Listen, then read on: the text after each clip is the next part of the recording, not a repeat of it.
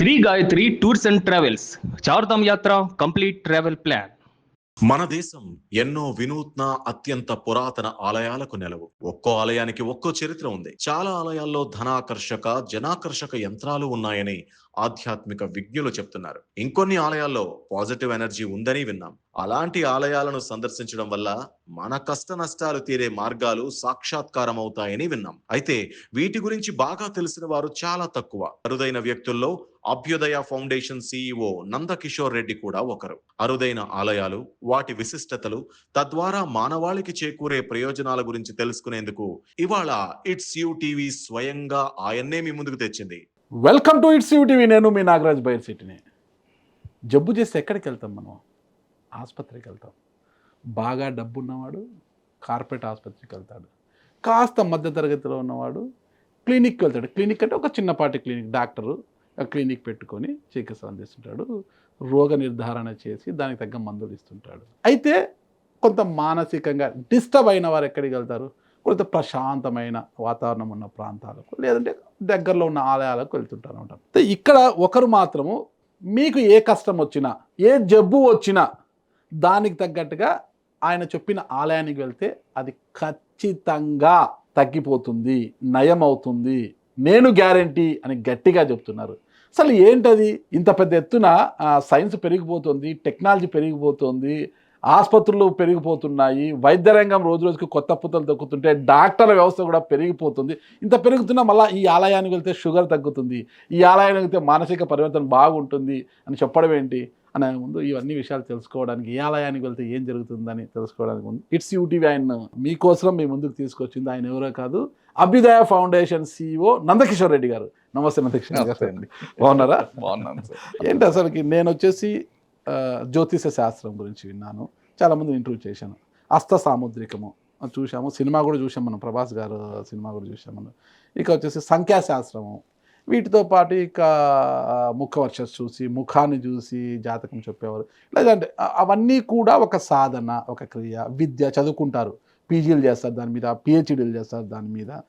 కొంతమంది గురువుల దగ్గర శిక్షణ పొందుతారు, అభ్యసన చేస్తారు, సాధన చేస్తారు. వీటి ద్వారా అది సిద్ధిస్తుంది అనుకోవచ్చు మనం. ఇదేంటి కొత్తగా ఆలయాల గురించి మీరు చెప్తున్నారన్నమాట. ఎక్కువగా ఈ ఆలయానికి వెళ్తే ఎలా ఉంటుంది, మీ మానసిక ప్రశాంతత కావచ్చు, అనారోగ్యంతో బాధపడుతుంటే ఈ ఆలయానికి వెళ్తే బాగుంటుంది ఏంటి అనేది ఇటీవల కాలంలో మీరు చెప్తుండగా నేను చాలా వీడియోలు చూశాను అనమాట. అసలు ఏంటి అసలుకి వీటికి దాని మీద ఎందుకు దృష్టి సారించారు? అదేమైనా సాధననా, లేకపోతే మీరు ఏమైనా రీసెర్చ్ చేస్తున్నారా ఏంటి అసలు?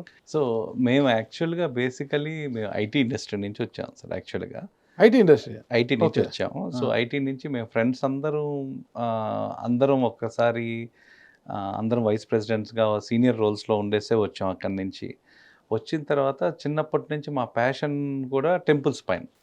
జనరల్గా ఒక టెంపుల్, ఒక కోరిక తీర్చే టెంపుల్ ఒక వ్యాధిని ఎందుకు తీర్చలేదు అనేది ఒకటి. అంటే మన కొంగు బంగారం అంటుంటారు, భక్తుల కొంగు బంగారం అంటే మనము ఏం చెప్తున్నాం అంటే, సరే మీరు ఇందాక చెప్పిన దాంట్లో కూడా జబ్బులు తగ్గిస్తా మనం చెప్పిన ఫస్ట్ బేసిక్ మాది ఏంటంటే వైద్యం ప్లస్ నైవేద్యం. ఓకే, వైద్యం ప్లస్ నైవేద్యం ఈక్వల్ టు ఉపశమనం. అంటే మేము అలాంగ్ విత్ ట్రీట్మెంట్ చెప్పాం.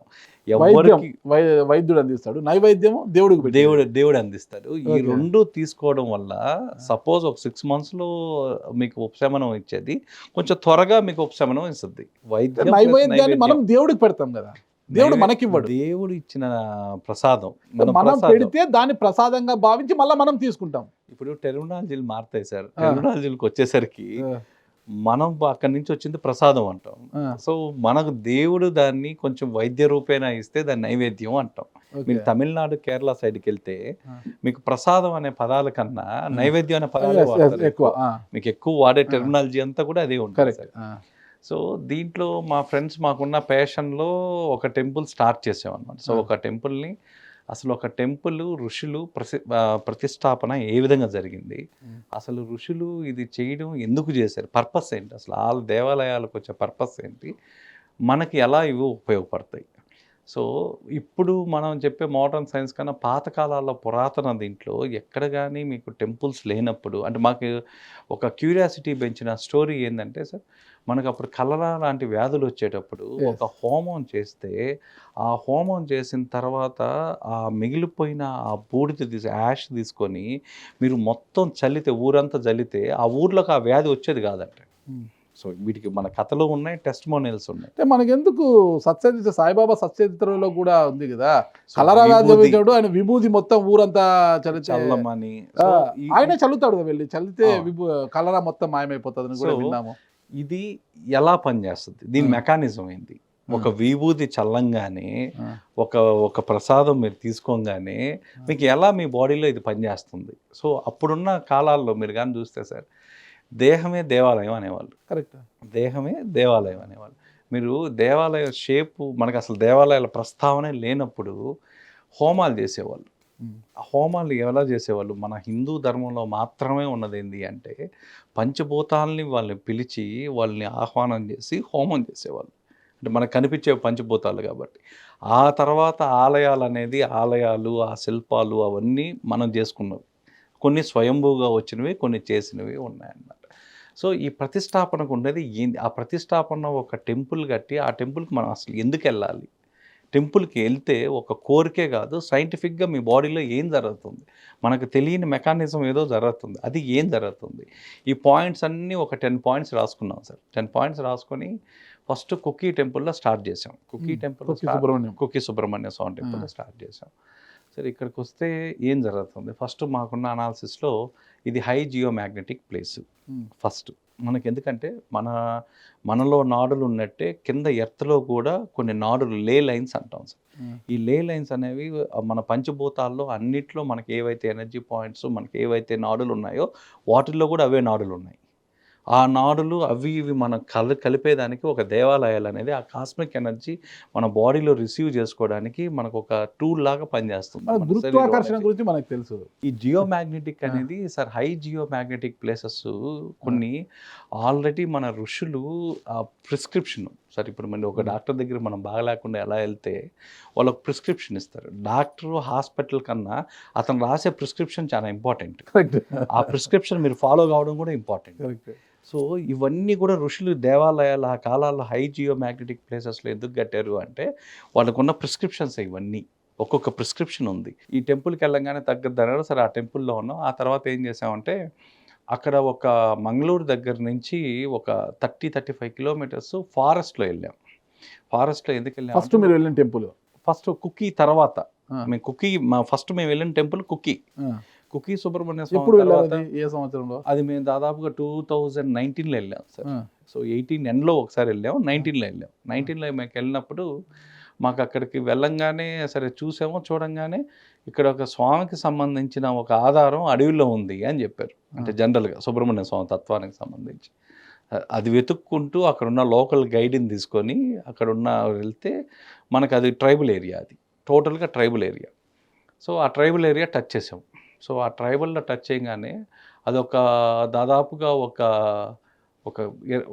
40-50 ఇల్లులు మాత్రం ఉంటాయి అక్కడ. సో వాళ్ళు ఏమి ఎలక్ట్రిసిటీ లేదు, ఏమీ లేదు. వాళ్ళు అక్కడే వాళ్ళు బతుకుతున్నారు దాదాపుగా. వాళ్ళు బతకడంతో పాటు వాళ్ళకు ఒక చిన్న ఒక రాయిలాగా పెట్టుకొని ఇది మా అమ్మవారు అని వాళ్ళ అమ్మవారిలాగా కొలుస్తున్నారు. అది దాదాపుగా వాళ్ళ జనరేషన్స్ దగ్గర నుంచి 4 ఫాదర్స్ నుంచి ఇస్తున్నారు.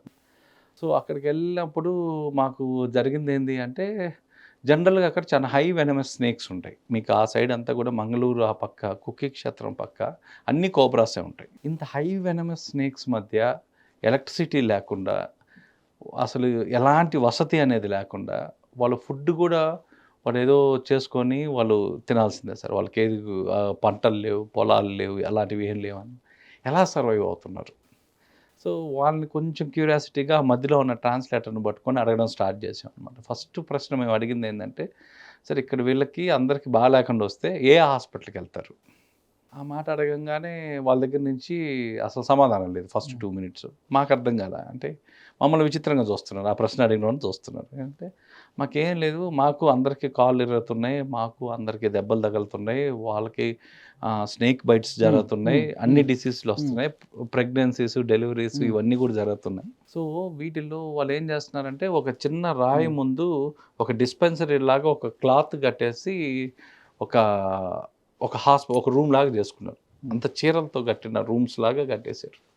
వాడికి ఏది బాగాలేకపోయినా, ప్రెగ్నెన్సీ అయినా ఏదైనా సరే అక్కడికి వచ్చి కూర్చోబెడతారు. ఒక ఆకు పసరు తీసి కళ్ళల్లో వేయడం, ఒక ఆకు పసరు తీసి తాగిపోయడం, అదే వాళ్ళ వైద్యం. కానీ నాటు వైద్యం అంటారు కదా దాన్ని. నాటు వైద్యం ఏదో మోర్ దెన్ నాటు వైద్యం. మాకు అసలు మోస్ట్ అస్టానిషింగ్ ఏంటంటే, మాకు అమ్మవారు ఉన్నారు, ఆమె చూసుకుంటారు. వారికి పిల్లలు మేము చూసినప్పుడైతే దాదాపుగా ఒక 3-4 సంవత్సరాల పిల్లలు ఉన్నారు. వీళ్ళకేమన్నా వ్యాధులు రావా? వీళ్ళకి కనీసం మనం తీసుకునే ప్రోటీన్స్ గిటీన్స్ అలాంటివి ఏమీ లేవు. వ్యాక్సిన్స్ లేవు, ఏమీ లేవు. ఎలా సర్వైవ్ అవుతున్నారంటే, వాళ్ళు ఎవరిని అడిగినా ఒక చిన్న పిల్లవాడిని, ఎవరే నీకు ఏం చేస్తావు నీకు బాగాలేకపోతే అంటే, వాడు గమ్మున ఆ రాయిని చూపిస్తున్నాడు. అక్కడ ఉండే రాయి అది అమ్మవారు. వాళ్ళు దానికి మామూలుగా బొట్లు గిట్లు పెట్టి రోజు పొద్దున సాయంత్రం అందరూ వాళ్ళు తినే ఆహారం కూడా అమ్మవారి ముందరే కూర్చొని తింటారు అందరూ. వాళ్ళు సాయంత్రం 4:30-5:30 కాగానే ఎవరి పాటికి వాళ్ళు పడుకుంటారు, ఎవరి పాటికి వాళ్ళు అంతేస్తారు. వాళ్ళ డే అంతటితో ఎండ్ అవుద్ది. డే స్టార్టింగ్ ఆమెతో, డే ఎండింగ్ ఆమెతో. సో వ్యాధులు ఏం చేస్తారంటే, అదిగోండి అక్కడ అమ్మవారు ఉన్నారు, ఆమె రక్షిస్తారు. ఎన్ని జనరేషన్స్ నుంచి ఉన్నారంటే 5 జనరేషన్స్ నుంచి ఉన్నారు వాళ్ళు. అసలు మాకు మైండ్ పోయింది సార్. అంటే క్లూలెస్ మేము. అసలు లాజికల్గా ఎక్కడ థింక్ చేసినా వీళ్ళకి అసలు వర్షాలు అంటే విపరీతమైన డెన్స్ ఫారెస్ట్లు అవి. మీకు ఎప్పుడు రెయిన్ఫాల్ ఉంటుంది. సో రెయిన్ఫాల్ ఉంటుంది, ల్యాండ్ స్లైడింగ్ జరుగుతుంది. ఒక పక్క వాడు యావరేజ్ మీరు ఎంతకాలం బతుకుతారని అడిగాం. మా నెక్స్ట్ క్వశ్చనే మీకు ఎంతకాలం బతుకుతారని అడిగాం. ఎంతకాలం అంటే యావరేజ్గా వాళ్ళకి ఏం జబ్బులు లేకుండా 70 years బతుకుతున్నారు అందరూ. 70 ఎలా? ఒరే ఇక్కడ అడవులు క్రూర మృగాలు ఉంటాయంటే అవి ఉంటాయి, పాములు కొరకుతుంటాయి. ఏం చేసినా అమ్మవారే. మీరు ఏదన్నా చెప్పండి, A to Z మీరు ఏది తీసుకున్నా ఆమె కాపాడద్ది, ఆమెను చూపిస్తున్నారు. అక్కడ ఉండే కుంకుమ పెట్టడం, వాడు ఏమైనా అన్కాన్షియస్ అయితే ఏదో కళ్ళల్లో కనీసం మేము ఆ లీఫ్ పేరు కూడా అడిగాం, ఆ ట్రీ పేరు ఏది మీరు వాడేదని అడిగాం సార్. అది కూడా చెప్పలే వాళ్ళు. ఏదో డ్రాప్స్ వేస్తున్నారు అంతే కళ్ళల్లో డ్రాప్స్ వేస్తారంటే. డెలివరీస్ సార్ అసలు మోస్ట్ అస్టానిషింగ్. మాకు నార్మల్ డెలివరీస్ ఎలా జరుగుతుంది, ఎలా బిడ్డ బతికిందా, పోనీ ఎలాంటివైనా చనిపోయిన కేసెస్ ఉన్నాయంటే ఏమీ లేవు, అన్నీ సక్సెస్ఫుల్.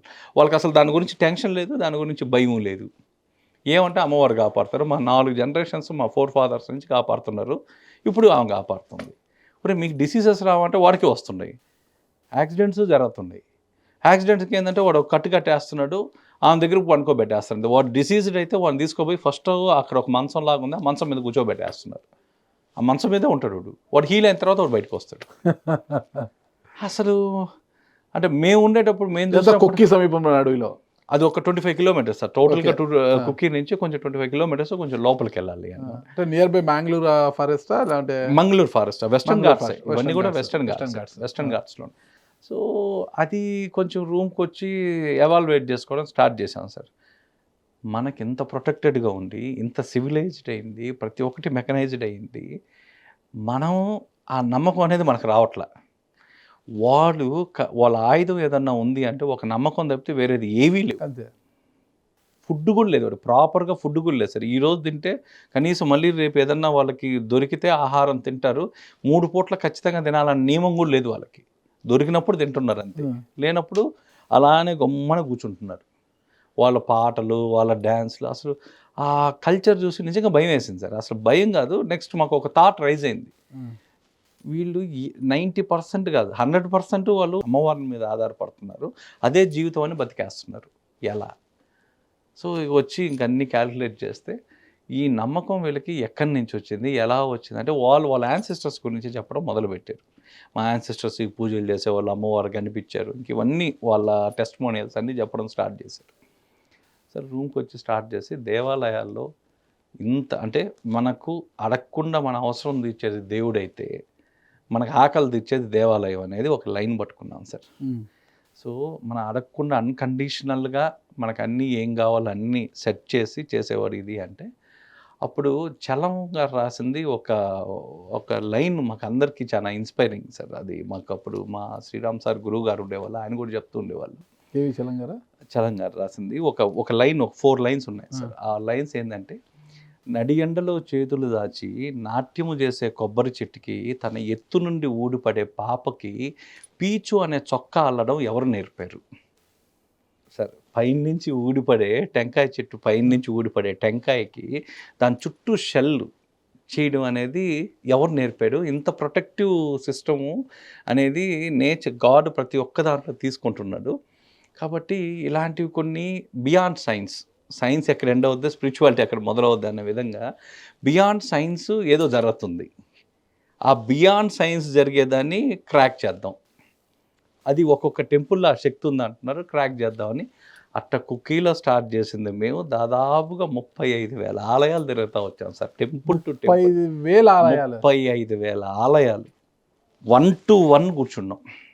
1 to 1 ఈ రోజుకి ఆలయాలు సార్. ఈ టెంపుల్కి వెళ్తే ఆ టెంపుల్లో కూర్చోవడం. ఆ టెంపుల్ మొత్తం తమిళనాడు, కర్ణాటక, మీరు కేరళలోనే ఎక్కువ పర్యటించినట్లుగా తెలుస్తుంటారు సార్. మొత్తం ఇవే సార్. ఎందుకంటే మాకున్న డేటా కూడా మేము ఎలా తీసుకున్నామంటే, ఇప్పుడు సుమారుగా అప్రాక్సిమేట్గా దాదాపుగా కర్ణాటకలో 4 లక్షల ఆలయాలు ఉన్నాయి sir. So listed and non listed, సుమారు అప్రాక్సిమేట్గా, యాక్యురేట్గా కాకపోతే. తమిళనాడు దేవాదాయ శాఖ ఎండోమెంట్ పరిధిలో ఉండే ఆలయాలకే వెళ్తారా, అంటే నాన్ ఎండోమెంట్? లేదు సార్, మాకు endowment listed and non listed కన్నా ఒక ఋషి స్థాపన ఆలయాలు, మినిమం ఒక 100 years ఒక చరిత్ర, ఒక శాస్త్రం ప్రకారం ఉన్న ఆలయాలు, ఎక్కువ ఆగమ శాస్త్రంలో ఉండే ఆలయాలు, ఇలాంటి కొన్ని టెస్టిమోనియల్స్ తీసుకొని ప్రమాణాలు తీసుకున్నాం సార్. ఋషి ప్రతిష్ట అంటున్నారు, స్వయంభూ కొన్ని ఉంటాయన్నమాట. అవును సార్. ఆలయాల పరిస్థితి ఏంటి సార్? స్వయంభూ అదే మనకు ఋషి ప్రతిష్టాపన అనేది ఏంటంటే, వాళ్ళు జియోమాగ్నెటిక్ వాల్యూ ఎక్కడైతే ఎక్కువ ఉన్నాయో అక్కడ ప్రతిష్టాపన అనేది చేశారు. ఒక్కొక్క మహిమాన్విత ఆలయాలన్నీ, మధురై కానీ ఇవన్నీ ఋషులు ప్రిస్క్రిప్షన్ ప్రకారం జరిగినవి. కొన్ని ఇప్పుడు మన తిరుమల ఇలాంటివన్నీ కూడా స్వయంభూ క్షేత్రాలు. ఆల్రెడీ వాళ్ళు రావడం వల్ల అవి జియోమాగ్నెటిక్ వాల్యూస్ విపరీతంగా పెరిగిపోయి ఆ క్షేత్రాన్ని ఎప్పుడు లైవ్ ఎనర్జీ సెంటర్స్ అంటాం సార్. మేము అనేది ఏమంటాం అంటే లైవ్ ఎనర్జీ సెంటర్స్ అంటాం. ఈ లైవ్ ఎనర్జీ సెంటర్స్ అన్నీ దేవుడు వచ్చాక అయ్యాయి. సో ఆ తర్వాత మేమేం కేటగిరీ తమిళనాడు దగ్గరికి వచ్చేసరికి 7 లక్షల ఆలయాలు ఉన్నాయి. ఒక్కొక్కటి క్లియర్ చేయండి. జియోమాగ్నెటిక్ వాల్యూస్ ఎక్కువగా ఉన్న చోట ఋషులు ప్రతిష్ఠించారు అని అంటున్నారు కదా, ఈ వాల్యూస్ ఎలా కనుక్కున్నారు ఇక్కడ? జియోమాగ్నెటిక్ వాళ్ళు ఇప్పుడు అదే సార్, పాత ఋషులు కానీ రాజవైద్యులు కానీ మీరు కానీ చూస్తే, రాజ్యవైద్యులు వాళ్ళకున్న సూక్ష్మ శక్తి, జ్ఞానశక్తితో మీ చెయ్యి నాడి పట్టుకోగానే మీ 72,000 నాడుల్లో ఏ నాడి వీక్ ఉందనేది వాళ్ళు అప్పుడు గ్రహించగలిగి చెప్పగలిగారు. రెండోది, 108 ఎనర్జీ పాయింట్స్లో ఏ ఎనర్జీ పాయింట్ మీకు వీక్ అయిందో వాళ్ళు చెప్పగలిగారు. మీకున్న 7 చక్రాల్లో ఏ చక్రం మీకు వీక్ అయితే మీకు ఏ వ్యాధి వస్తుందో వాళ్ళు ఆ రోజు చెప్పగలిగారు. ఋషులు వాళ్ళకున్న దివ్య దృష్టి, వాళ్ళకున్న తపోశక్తితో ఎక్కడెక్కడ లైన్స్, ఎక్కడెక్కడ హై కాస్మిక్, ఇప్పుడు చూడండి సార్, పంచభూతాల్ని ఆకర్షించేవి 5 గుళ్ళు ఉన్నాయి మన దక్షిణ భారతదేశంలో. ఫస్ట్ టెంపుల్ వచ్చేసరికి చిదంబరం, అది ఆకాశతత్వం. రెండోది జంబుకేశ్వర్, జలతత్వం. మూడోది వచ్చేసరికి ఏకాంబరేశ్వర గుడి. నాలుగోది వచ్చేసరికి అరుణాచలం. ఆ తర్వాత 5వది వచ్చేసరికి శ్రీకాళహస్తి, వాయులింగం. ఈ 5 క్షేత్రాలు పంచభూతాల్లో ఉన్న శక్తి ఏదైతే ఉందో ఈ 5ని గ్రహించుకోవడానికి, అంటే ఎక్కువ ఎనర్జీ ఇక్కడ ప్రతిష్టాపన అనేది జరిగింది సార్. వీటిల్లో ఎనర్జీని తీసుకుంటే కాబట్టి ఈ 5 ఆలయాలు వాటికి ప్రాముఖ్యత. మీకు ఇప్పటికీ చిదంబర రహస్యంగానే ఉంది. సో అది ఎందుకంటే ఆకాశతత్వం సార్. ఇప్పుడు జనరల్గా ఇక్కడ రాగానే హై జియోమాగ్నెటిక్ ప్లేసెస్లో ఏం జరగద్ది అంటే, మీరు అక్కడ అడుగు పెట్టంగానే ఏ సాధన లేకుండా ఆటోమేటిక్గా కొన్ని సంవత్సరాలుగా మీరు తపస్సు చేస్తున్న మైండ్ఫుల్నెస్ ఏదైతే ఉందో ఈ ఆలయంలో ఫస్ట్ మీరు నిలబడుకోగానే మీరు ఎక్స్పీరియన్స్ అయ్యేది మొత్తం జీరో థాట్ఫుల్నెస్ మీకు వస్తుంది. మొత్తం జీరో గ్రౌండింగ్ అవుతాయి. మీ థాట్స్ అన్నీ గ్రౌండింగ్ అయ్యి అసలు ప్రశాంతం అనేది మీకు ఆ గర్భాలయం దగ్గర నిలబడుకోగానే వస్తుంది చిదంబరంలో. సో ఇదే మీరు చూడండి సార్, ఇదే కొంచెం వెళ్తే అరుణాచలం కానీ శైవక్షేత్రాలే కదా, అన్ని శైవక్షేత్రాలు అవన్నీ కూడా శైవక్షేత్రాలు. ఈ శైవక్షేత్రాల్లో రెండోది చూడండి అరుణాచలంలో ఒక మెడికల్ బెనిఫిట్ చెప్పాను సార్ మనం ఆల్రెడీ. ఏం చెప్పామంటే ఆయుర్వేదిక్లో వాత, పిత్త, కఫ దోషాలు ఉంటాయి. అవును. సో మీరు పిత్త దోషం ఉన్న వాళ్ళు అందరూ ఎవరైతే ఎక్కువగా ఉందో వాళ్ళు ఒక గిరి ప్రదక్షిణ బేర్ ఫుట్తో, అంటే మీకు ఎలాంటి చెప్పులు లేకుండా ఒక ప్రదక్షిణ చేసి ఒక 16.5 నిమిషం తర్వాత మళ్ళీ మీరు ఒక ఆయుర్వేదిక్ డాక్టర్ దగ్గర మీ పిత్త దోషం కానీ చూపించుకుంటే ఆటోమేటిక్గా అలైన్మెంట్ అనేది జరిగింది. ఎలా జరిగింది? 14 కిలోమీటర్లు గిరి ప్రదక్షిణ మీరు చేయడం వల్ల. సో దానికి ఏంటంటే సార్, కింద మనకి ఎర్త్ మెటల్స్ ఉంటాయి. సో సైంటిఫిక్గా చెప్పాలంటే ఎర్త్ మెటల్స్ ఉంటాయి. ఇప్పుడు మన తిరుమలలో కానీ ఇక్కడ కానీ హై జియోమాగ్నెటిక్ ప్లేసెస్లో నిక్కిళ్ళు, ఆ తర్వాత ఇంకొక 2-3 ఎర్త్ మెటల్స్ అన్నీ కలిపి అమాల్ఫికేషన్ అనేది జరగద్ది. అంటే దాంట్లో ఉన్న శక్తి ఎలా ఉంటంటే మీకు తిరిగి తిరిగి తిరిగి కోరల్ రూపంలో ఉంటుంది. ఈ కోరల్ రూపంలో భూమిలో ఉండే శక్తి పైకి ప్రసరణ అనేది జరుగుతూ ఉంటుంది. ఈ పైకి ప్రసరణ జరిగినప్పుడు ఎప్పుడైతే మీరు పాదాల ద్వారా ఆ ప్రాంతాల్లో నడుస్తారో ఆ శక్తి అనేది పాదాల ద్వారా మీ శరీరంలోకి వస్తుంది.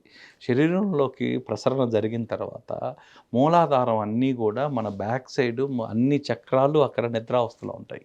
ఆ నిద్రావస్థలో ఉండేవన్నీ కూడా యాక్టివ్ అవుతాయి. అందుకే తిరుమలలో కానీ ఇక్కడ కానీ సార్ మీకు ఇంత మునుపున్న నానుడి ఏంటంటే పాదరక్షలతో ఇక్కడ తిరగకండి అన్నారు.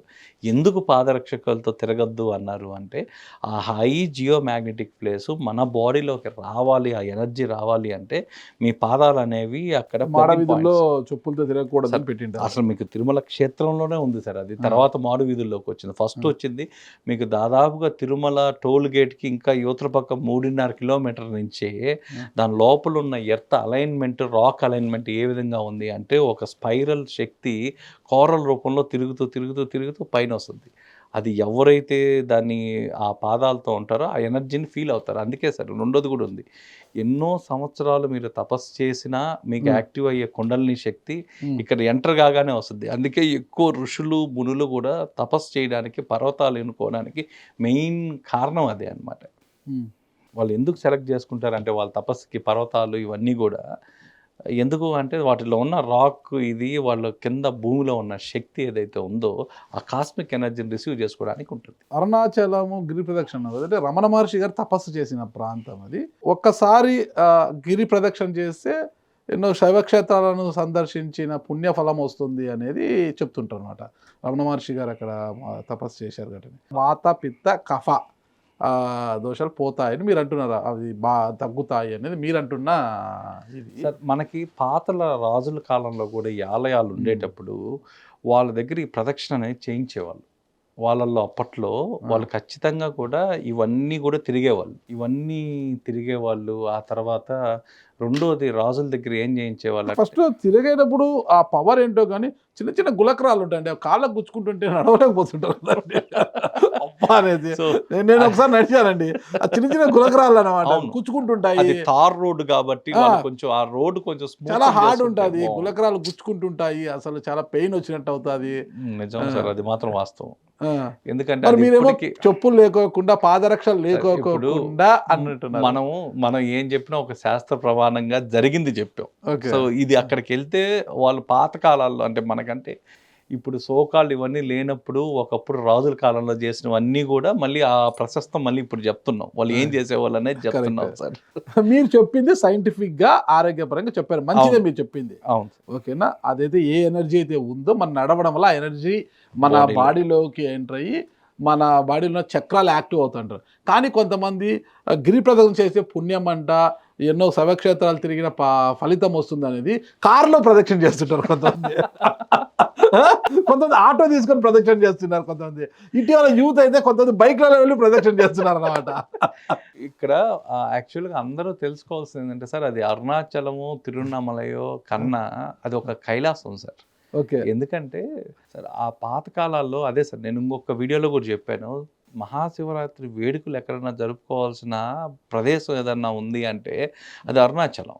ఎందుకు సార్? ఎందుకంటే శివుడు ఎప్పుడైతే బ్రహ్మ విష్ణు శివులకి ఎవరు గొప్ప అనేది ఆర్గ్యుమెంట్ వాళ్ళకి జరిగినప్పుడు శివుడు ఎప్పుడైతే జ్యోతిస్తంభంగా మారుతాడు, ఆయన జ్యోతిస్తంభంగా మారి పైనుంచి కిందకి వెళ్తే విష్ణువు కిందకి వెళ్ళి ఇతని లోతు ఎంత ఉందో చూడాలా అంటాడు. అది ఎక్కడ అంతం ఎక్కడ అని బ్రహ్మ పైకి వెళ్తాడు. బ్రహ్మ పైన విష్ణువు కింద చూస్తుంటే ఎంత వెళ్ళినా వీళ్ళకి ఆయన వెళ్తూ ఉంటాడే కానీ ఎక్కడ అంతం అనేది కానీ ఎక్కడ స్టార్టింగ్ అనేది తెలియదు, స్టార్టింగ్ పాయింట్ ఎండింగ్ పాయింట్ కోసం. సో వీళ్ళు అప్పుడు ఏం చేస్తారంటే ఆయన జ్యోతిస్తంభంగా ఉన్న అతను ఒక అగ్నిపర్వతంగా మారుతాడు. ఆ అగ్నిపర్వతంగా మారి అదే ఆ తర్వాత అరుణాచలంగా కొండలాగా మారింది. అది సాక్షాత్తు శివుడు ఉన్న ప్రదేశం ఏదన్నా ఉంది అంటే మారి ఆ అరుణాచలమే, ఆ కొండే, చలం లేనిది. అందుకే సార్ అది అరుణాచలం అనేది ఎందుకు అంటే సాక్షాత్తు శివుడే. 3,000,000 దేవతలు ఆ రోజు శివరాత్రి రోజు వచ్చి జాగరణ చేసిన మొట్టమొదటి ప్రదేశం ఏదన్నా ఉందంటే అది అరుణాచలమే. ఓకే. సో ఈ వేడుక మనం సాంప్రదాయకంగా సార్ మీరు వైకుంఠ ఏకాదశి మీరు కానీ చూస్తే ఎక్కడ జరుపుకుంటారంటే అథెంటిక్గా శాస్త్రపరంగా అథెంటిక్గా జరుపుకునేది శ్రీరంగం. Okay, correct. శ్రీరంగం. శివరాత్రి ఎక్కడ శాస్త్రపరంగా మీరు ఎక్కడ అథెంటిక్గా జరుపుకుంటారు అంటే అరుణాచలం. ఓకే. ఎందుకంటే ఆ కొండ జ్యోతి స్తంభంగా మారి లింగోద్భవం ఫస్ట్ ఎక్కడన్నా జరిగింది అంటే ఫస్ట్ మన ప్రపంచంలో లింగోద్భవం జరిగిన ప్రదేశం ఏది అంటే అది అరుణాచలం. ఆది రంగం అనేది మనకు శ్రీరంగంలో ఉన్నది. ఇప్పుడు మధ్య రంగం అని ఒకటి ఉంది, ఐ థింక్ కర్ణాటక మైసూరు మధ్యలో శివన్న సముద్రం దగ్గర ఉంది. ఓకే, వస్తుంది. ఇంకోది అంతరంగం అని ఒకటి ఉంది అనమాట. అది సో ఇది నేను ఫస్ట్ వీడియోలో చెప్పాను సార్ ఇది. సో ఆ ధనుర్మాసంలో కొన్ని లక్షల మంది ఎవరైతే ఫైనాన్షియల్ స్ట్రెస్ ఉంటారో వాళ్ళు చేయవలసిన ఆలయాలు ఏదన్నా ఉంది అంటే ఇప్పుడు కాదు సార్, ఆయన మన కృష్ణదేవరాయల దగ్గర ఉన్నప్పటి నుంచి ఆయన కనిపెట్టినట్టు. ఎందుకంటే అప్పుడు విపరీతంగా యుద్ధాలు చేసిన తర్వాత వచ్చిన కరువుతో ఆ రాజ్యాలన్నీ అల్లాడిపోతుంటే ఆ ఋషులు అప్పుడు ఉండేవాళ్ళు ఆయనకు ప్రిస్క్రైబ్ చేసిన యాత్ర ఏదన్నా ఉంది అంటే ఈ ఆది మధ్య అంత్యరంగం. ఈ ఆది రంగం అనేది మన చెన్నరాయపట్నంలో ఉన్న శ్రీరంగ స్వామి టెంపుల్ సార్. ఫస్ట్ పొద్దున్నే మీరు అక్కడ స్టార్ట్ అయ్యి అక్కడి నుంచి 40 కిలోమీటర్ల దూరంలో ఉన్న శివన సముద్రంలో ఉన్న మధ్య రంగానికి వెళ్ళి అక్కడి నుంచి మళ్ళీ లాస్ట్ అంటే మీకు ఆలయం లాస్ట్కి వచ్చేసరికి ఒక 290 కిలోమీటర్లో మీకు తిరుచి ఉంటుంది. ఈ 3 ఎవరైతే పొద్దున స్టార్ట్ అయ్యి తమిళనాడు పొద్దున స్టార్ట్ అయ్యి ఈ నైట్ లోపల చేయాలి సార్. ఈ 3 ఆలయాలు పొద్దున స్టార్ట్ లేదా సార్ వెహికల్. ఇప్పుడు అంత మునుపంటే ఇవన్నీ దగ్గర ఉన్నాయి, అంత అడవుల్లో కాబట్టి పోగలిగారు. కానీ సో వీళ్ళు ఎవరైతే మార్నింగ్ చేస్తారో అంటే చాలా మంది గోప్యంగా చాలా రహస్యంగా ఎవరి పాటికి వాళ్ళు చేసుకుంటుండేది ఈ యాత్ర. అంటే కొన్ని చరిత్ర దాచిపెడితే కొన్ని మనకు తెలియని అవేర్నెస్ సార్. సో వీటికి ఏం చేసే వాళ్ళు అంటే జనరల్గా కర్ణాటక వాళ్ళు ధనుర్మాసం స్టార్ట్ కాగానే అంటే కొన్ని వేల మంది అంటే కూడా తక్కువ సార్, కొన్ని లక్షల మంది నార్త్ వాళ్ళు మనకన్నా ఎక్కువ నార్త్ వాళ్ళు ఉంటారు. వీళ్ళందరూ కూడా ధనుర్మాసం స్టార్ట్ అయిన ఫస్ట్ డే నుంచి లాస్ట్ డే వరకు ఈ 3 టెంపుల్స్ ఒకే రోజు విజిట్ చేస్తారు. ఉదయం నుంచి సాయంత్రంలో పొద్దున 5 గంటలకి ఫస్ట్ ఆదిరంగంలో మొదలు పెడతారు. రాత్రి 7 గంటలకల్లా అదే రోజు రాత్రి 7-7:30 కల్లా శ్రీరంగం కంప్లీట్ చేసేసి ఉంటారు. అంతరంగం పూర్తి చేస్తారు. ఆదిరంగం, మధ్యరంగం, అంతరంగం పూర్తి చేస్తారు. వచ్చే ఫలితం ఏంటి సార్? ఫలితం ఈ యాత్ర వల్ల దాదాపుగా ఇది కొన్ని సంవత్సరాలు 100 సంవత్సరాల నుంచి జరుగుతుంది యాత్ర. యాత్రలో ఎవరన్నా ఫైనాన్షియల్ ఇష్యూస్ ఉండేవాళ్ళు, ఆర్థిక ఇబ్బందులు ఉండేవాళ్ళు, ఫైనాన్షియల్ గా బ్లాకేజ్ అయిపోయిన వాళ్ళు, ఏ దారి లేక కాముగా ఇంట్లో కూర్చొని వాళ్ళకి నెక్స్ట్ ఏం చేయాలో తెలియదు అన్నోళ్ళు, సో చాలా మంది అప్పులు పాలైన వాళ్ళు, నెక్స్ట్ ఈ అప్పులు ఎలా కట్టుకోవాలో తెలియదు, ఎలా బయటికి రాలో ఉన్న వాళ్ళకి ఒక దారి చూపించేది ఏదైనా ఒక పరిష్కారం ఏదైనా కావాలి అంటే వాళ్ళకి ఏదైనా ఒక దారి దొరకడం. అంటే అక్కడున్న టెస్టిమోనియల్స్ కూడా టోటల్గా బ్యాంక్రప్ట్స్ అయిపోయి ఇబ్బందులు పడేవాళ్ళు, ఫైనాన్షియల్స్ వాళ్ళు ఈ యాత్ర కొంతమంది చేయడం వల్ల మేము తీసుకున్న టెస్టిమోనియల్స్లో వాడికి ఏ దారి లేక బ్లాక్ అయిపోయి ఇంట్లో కూర్చొని కొన్ని దాదాపు 2-3 సంవత్సరాలుగా ఉండిపోయి ఏం చేయాలో అర్థం కాకపోతే సడన్గా ఒక వ్యక్తి తారసపడడం, ఎప్పటి నుంచో ఎవరో ఒక హెల్పింగ్ హ్యాండ్ రావడం, ఇక్కడి నుంచి మాకు డబ్బులు రావు అనుకున్న వాళ్ళు కరెక్ట్గా వచ్చి డబ్బులు ఇవ్వడం, ఆ తర్వాత దాని ద్వారా మళ్ళీ వాళ్ళు ఆ ఫైనాన్షియల్ అనేది రికవరీ అనేది స్టార్ట్ కావడం, ఈ రికవరీ స్టార్ట్ అయ్యి మళ్ళీ అక్కడి నుంచి ఒక 2-3 ఇయర్స్ లోపల పూర్తిగా బయటికి రావడం ప్రాబ్లం నుంచి. ఈ భక్తులు ఏం చేశారంటే సార్ వర్డ్ ఆఫ్ మౌత్, ఒకరికి ఈరోజు నేను వెళ్ళాను, నాకెళ్ళి ఒక 6 మంత్స్లో 8 మంత్స్లో నాకు ప్రాబ్లం క్లియర్ అయింది, నేను పోయి వాళ్ళకి చెప్పడం ఈ యాత్ర చేయడం వల్ల మాకు ఒకటి జరిగింది అని. ఇట్లా అన్నీ చేస్తే సార్ కొన్ని లక్షల మంది తయారయ్యారు, కొన్ని లక్షల మందికి అందరికీ ఫలితాలు ఇచ్చాయి. ఎవరికి అంటే మాకే టెస్టిమోనియల్ దాదాపుగా ఒక 7-8 వేల మంది వచ్చారు, 8,600 మంది టెస్టిమోనియల్స్ తీసుకున్నాం. మాకు తెలియకుండా కూడా చాలా మంది వర్డ్ ఆఫ్ మౌత్లో మేము విన్నది ఆ ప్రీస్టుల ద్వారా అక్కడ లోకల్ ద్వారా కూడా వచ్చిన వాళ్ళు 99.9% అందరికి ప్రాబ్లం సాల్వ్ అయ్యి బయటికి వెళ్ళారు. అది కేవలం సంవత్సరంలో ఒక ధనుర్మాసంలో మాత్రమే సార్. పవర్ ఏం జనరేట్ అవుతుంది అక్కడ ఆ యాత్ర చేయడం వల్ల? ఆ టైంలో మనకి ఏదైతే ఈ అమ్మవారు ఉన్నారో అక్కడ ఉన్న లక్ష్మీ అమ్మవారు మామూలుగా ఉన్న రోజుల్లో కన్నా మన విశేష రోజులు ఇప్పుడు చూడండి సార్, మామూలు రోజుల్లో మీరు కానీ చూస్తే మనకు పర్వదినాలు అని పెట్టుకొని వచ్చాం. ఈ పర్వదినాల్లో వైకుంఠ ఏకాదశి కానీ ఇవన్నీ కూడా మనకు పర్వదినాలు. ఆ రోజు మామూలుగా ఉండే ఎనర్జీ కన్నా ఒక 10 times మీకు ఎక్కువ ఉంటుంది. సో ఈ ఎనర్జీ ఎక్కువ ఉండడం వల్ల ఆ ఫలితాలు కూడా కొన్ని ఎక్కువగానే వస్తాయి. ఆ టైంలో ఆ రైట్ టైంకి మనం ఆ రైట్ ప్లేస్కి వెళ్ళడం వల్ల మనకు జరిగే సింక్రనైజేషన్ కూడా కరెక్ట్గా జరగదు సార్. అంటే పనులు కరెక్ట్గా అవుతాయి. అందుకే పర్వదినాల్లో మీకు కోట్ల మంది దేవాలయాల దగ్గర ఉంటారనమాట. సో ఈ టైంలో అమ్మవారి అనుగ్రహం ఎక్కువ ఉండడం వల్ల ప్రతి ఒక్కరూ కూడా వచ్చి దర్శించుకొని ఆ తులసి మాల సమర్పించిన వాళ్ళందరికీ కూడా ఫైనాన్షియల్ సొల్యూషన్స్ దొరికాయి కాబట్టి ఆ యాత్ర ఈ రోజుకి ఆ ఒక్క నెలలో కొన్ని లక్షల మంది ఇప్పటికీ చేస్తున్నారు. గ్యారంటీ ఇస్తారు మీరు? నేనైతే గ్యారంటీ ఇస్తాను సార్ ఖచ్చితంగా. ఎందుకు అంటే ఆర్థిక సుడిగుండంలో కొట్టుమిట్టాడుతూ ఇక జీవితంతో విరక్తి చెంది ఇంట్లో ఏం చేయాలరా, ఉంటామా పోతామా అని ఒక అటు ఇటు ఉన్న మీమాంసలో కొట్టుమిట్టాడే వ్యక్తి ఈ యాత్ర చేస్తే ఖచ్చితంగా ఆర్థిక సుడిగుండం నుంచి బయటపడతాడు, ఉపశమనం లభిస్తుంది, దారి దొరుకుతుంది అని ఖచ్చితంగా చెప్పగలరా? ఖచ్చితంగా సార్. ఎందుకంటే నేనేం చెప్పను, మీరు లాక్ చేసుకోండి సార్. నేనేం చెప్తున్నా అంటే నేనని కూడా చెప్పను, మనం నమ్మిన దైవం మనల్ని నడిపించే శాస్త్రం, ఈ రెండు ఉన్నంతకాలం నేను 100% వీటి ప్రామాణికంగా చెప్తున్నాను సార్. ఓకే. అండ్ రెండోది కూడా ఈ వీడియో మనం 5 నెలల ముందు మేము చేసినప్పుడు దాదాపుగా మోర్ దెన్ 4 లక్షల మంది కన్నా ఎక్కువ వెళ్ళారు. వెళ్ళిన వాటిలో మాకు వచ్చిన కాల్స్లోనే మాకు దాదాపుగా ఇప్పటికే 4 నెలల్లోనే రిజల్ట్ చెప్తున్నాం సార్. దాంట్లో ఒక 10% ఆఫ్ పీపుల్ వాళ్ళ పనులు అయిపోయి చాలా సాటిస్ఫాక్టరీగా మాకు కాల్ చేశారు. సార్ మాకు ఒక దారి దొరికింది, మేము హ్యాపీగా ఉన్నాం. మీ ఫైనాన్షియల్ స్టేటస్ బాగుపడిందా సార్? యాత్ర చేశాం కాబట్టి ఈరోజు చెప్పగలుగుతున్నాం కదా. చెప్పగలుగుతున్నారు ఆర్థికంగా. అదే సార్, నేను ఎక్స్పీరియన్స్ కాకుండా మీకు చెప్పలేను కదా. నాకు తగ్గితే కదా నేను మీకు చెప్తాను, అందరికీ చెప్తాను. మీరు గ్యారంటీ లాక్ చేస్తాననే పదం దగ్గర కూడా నేను ఎక్కడికి వచ్చాను అంటే నాకు జరిగింది కాబట్టి నేను మీకు చెప్తున్నా. నాకు జరగకుంటే నేను అందరికీ చెప్పలేను కదా. మీ ఎక్స్పీరియన్స్ నా ఎక్స్పీరియన్స్ గా నేను చెప్పలేను కదా. అందుకేనా మీరు ఆర్థికంగా బాగా ఇది ఉన్నారు కాబట్టి ఐటీ రంగాన్ని వదిలిపోయి ఈ రంగం వచ్చారు. సో అది ప్యాషన్ సార్. అది జనరల్గా మా నాన్నగారు ఎక్స్ ఇండియన్ ఎయిర్ ఫోర్స్. నాన్న పేరు కృష్ణారెడ్డి గారు. ఆయన అమ్మగారి పేరు లలితమ్మ సార్. లలితమ్మ. ఎంతమంది సంతానం వారికి మీరు? సార్ నేను ఒక్కడే ముద్దుల కుమారుడు. ఓకే. ఎక్కడ చదువుకున్నారు మీరు? సార్ మా విద్యాభ్యాసం అంతా నెల్లూరులోనే. సో అయిపోయిన తర్వాత ఎంతవరకు చదువుకున్నారు అక్కడ మీరు? సార్ మాదంతా పీజీ కంప్లీట్ చేసాం మేము. చిన్నప్పటి నుంచి నాన్న ఏదన్నా వెకేషన్ తీసుకెళ్ళి నాన్న అంటే తర్వాత ఆయన ఏం చేసేవాడు అంటే వెకేషన్ తీసుకెళ్లకుండా టెంపుల్స్ తీసుకెళ్లేవాడు. ఎక్కడైనా ఏ సెలవులన్నా రాని అంటే మాకు రైట్ ఫ్రమ్ 5th క్లాస్ నుంచి నన్ను ఎక్కడ తీసుకెళ్లాలన్నా టెంపుల్ తీసుకెళ్లేవాడు. ఆ గుడులు ఆ క్యూలు ఇది అసలు ఎందుకు ఈ గుళ్ళకి తీసుకోబోతున్నారు అలవాటు కాలేదు సార్.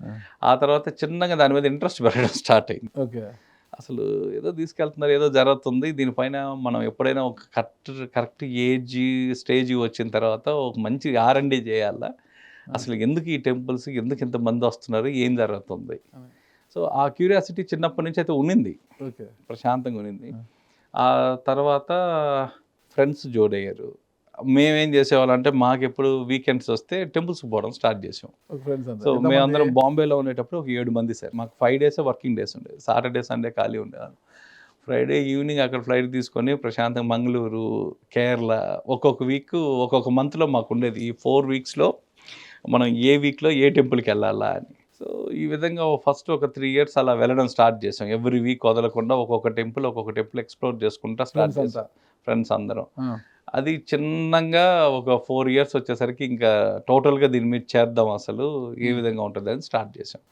సో స్టార్ట్ చేయడం ఇంకా మంగళూరు ఫస్ట్ కుకీ టెంపుల్ దగ్గర నుంచి స్టార్ట్ చేసాం. సో దానికి కూడా ఒక ఫ్రెండ్ ఫాదర్కి బాగా లేకుండా రావడం, అప్పట్లో మాకులో ఉన్న టీమ్మేట్స్కి, అతను దాదాపుగా రివర్ సైడ్ హాస్పిటల్లో ఆ కాలాల్లో సియాటిల్లో ట్రీట్మెంట్ చేసుకొని క్యాన్సర్గా ఉన్నాడు అతను.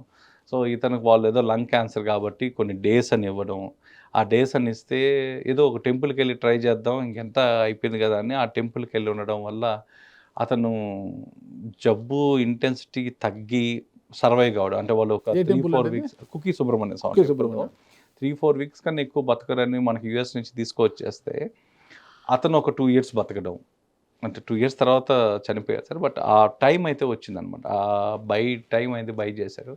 సో ఇవన్నీ చూసిన తర్వాత మాకు అక్కడి నుంచి ఇన్స్పిరేషన్ స్టార్ట్ అయింది.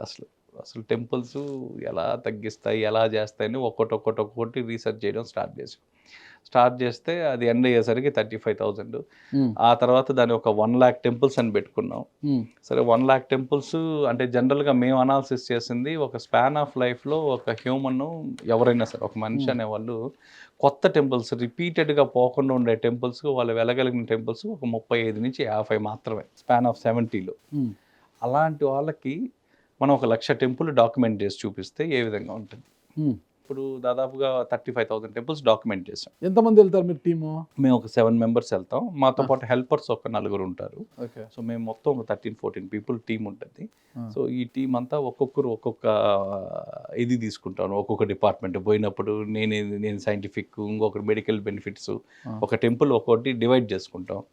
డివైడ్ చేసుకొని అన్ని కూడా మేము ఇన్ రైటింగ్ రాసుకుంటాం. ఒక్కొక్క టెంపుల్ దేని అలో చేస్తారు మీకు అక్కడ వెళ్ళినప్పుడు మొత్తం కూడా అవన్నీ మీరు క్యాంప్స్ మాకేం క్యాంప్స్ స్కీమ్స్ అన్ని మేము బయట ఉంటాయి సార్. మావన్నీ మా ఇన్స్ట్రుమెంట్స్ మేము చేసేవన్నీ కూడా బయట ఉంటాయి. మేము జస్ట్ హ్యాండ్ రిటన్ పోయి గుళ్ళో కూర్చొని ఒక్కొక్క ఆ టెంపుల్ హిస్టరీ తీసుకోవడం, ఆ టెంపుల్ వాళ్ళ అర్చకులతో వాళ్ళందరితో వాళ్ళ యాన్సిస్టర్స్తో వాళ్ళందరితో ఒక్కొక్కరితో మాట్లాడడం, ఆ టెంపుల్ సీక్రెట్స్ ఏముంటాయి అవి తీయడం, ఆ ఎనర్జీ పాయింట్స్ ఏముంటాయి అవి చూడడం, ఇవన్నీ కూడా మాన్యువల్గా రాసుకోవడం అనమాట. అంటే ఎందుకు మీరు ఆంధ్రాలో ఉన్న ఆలయాలను మినహాయిస్తే ఎక్కువ తమిళనాడు, కర్ణాటక, కేరళ రాష్ట్రాల్లోనే ఆలయాలను ఎక్కువ సందర్శించడానికి వాటి యొక్క విశిష్టతకు తెలుసుకోవడానికి ఎక్కువ కృషి చేస్తున్నారు?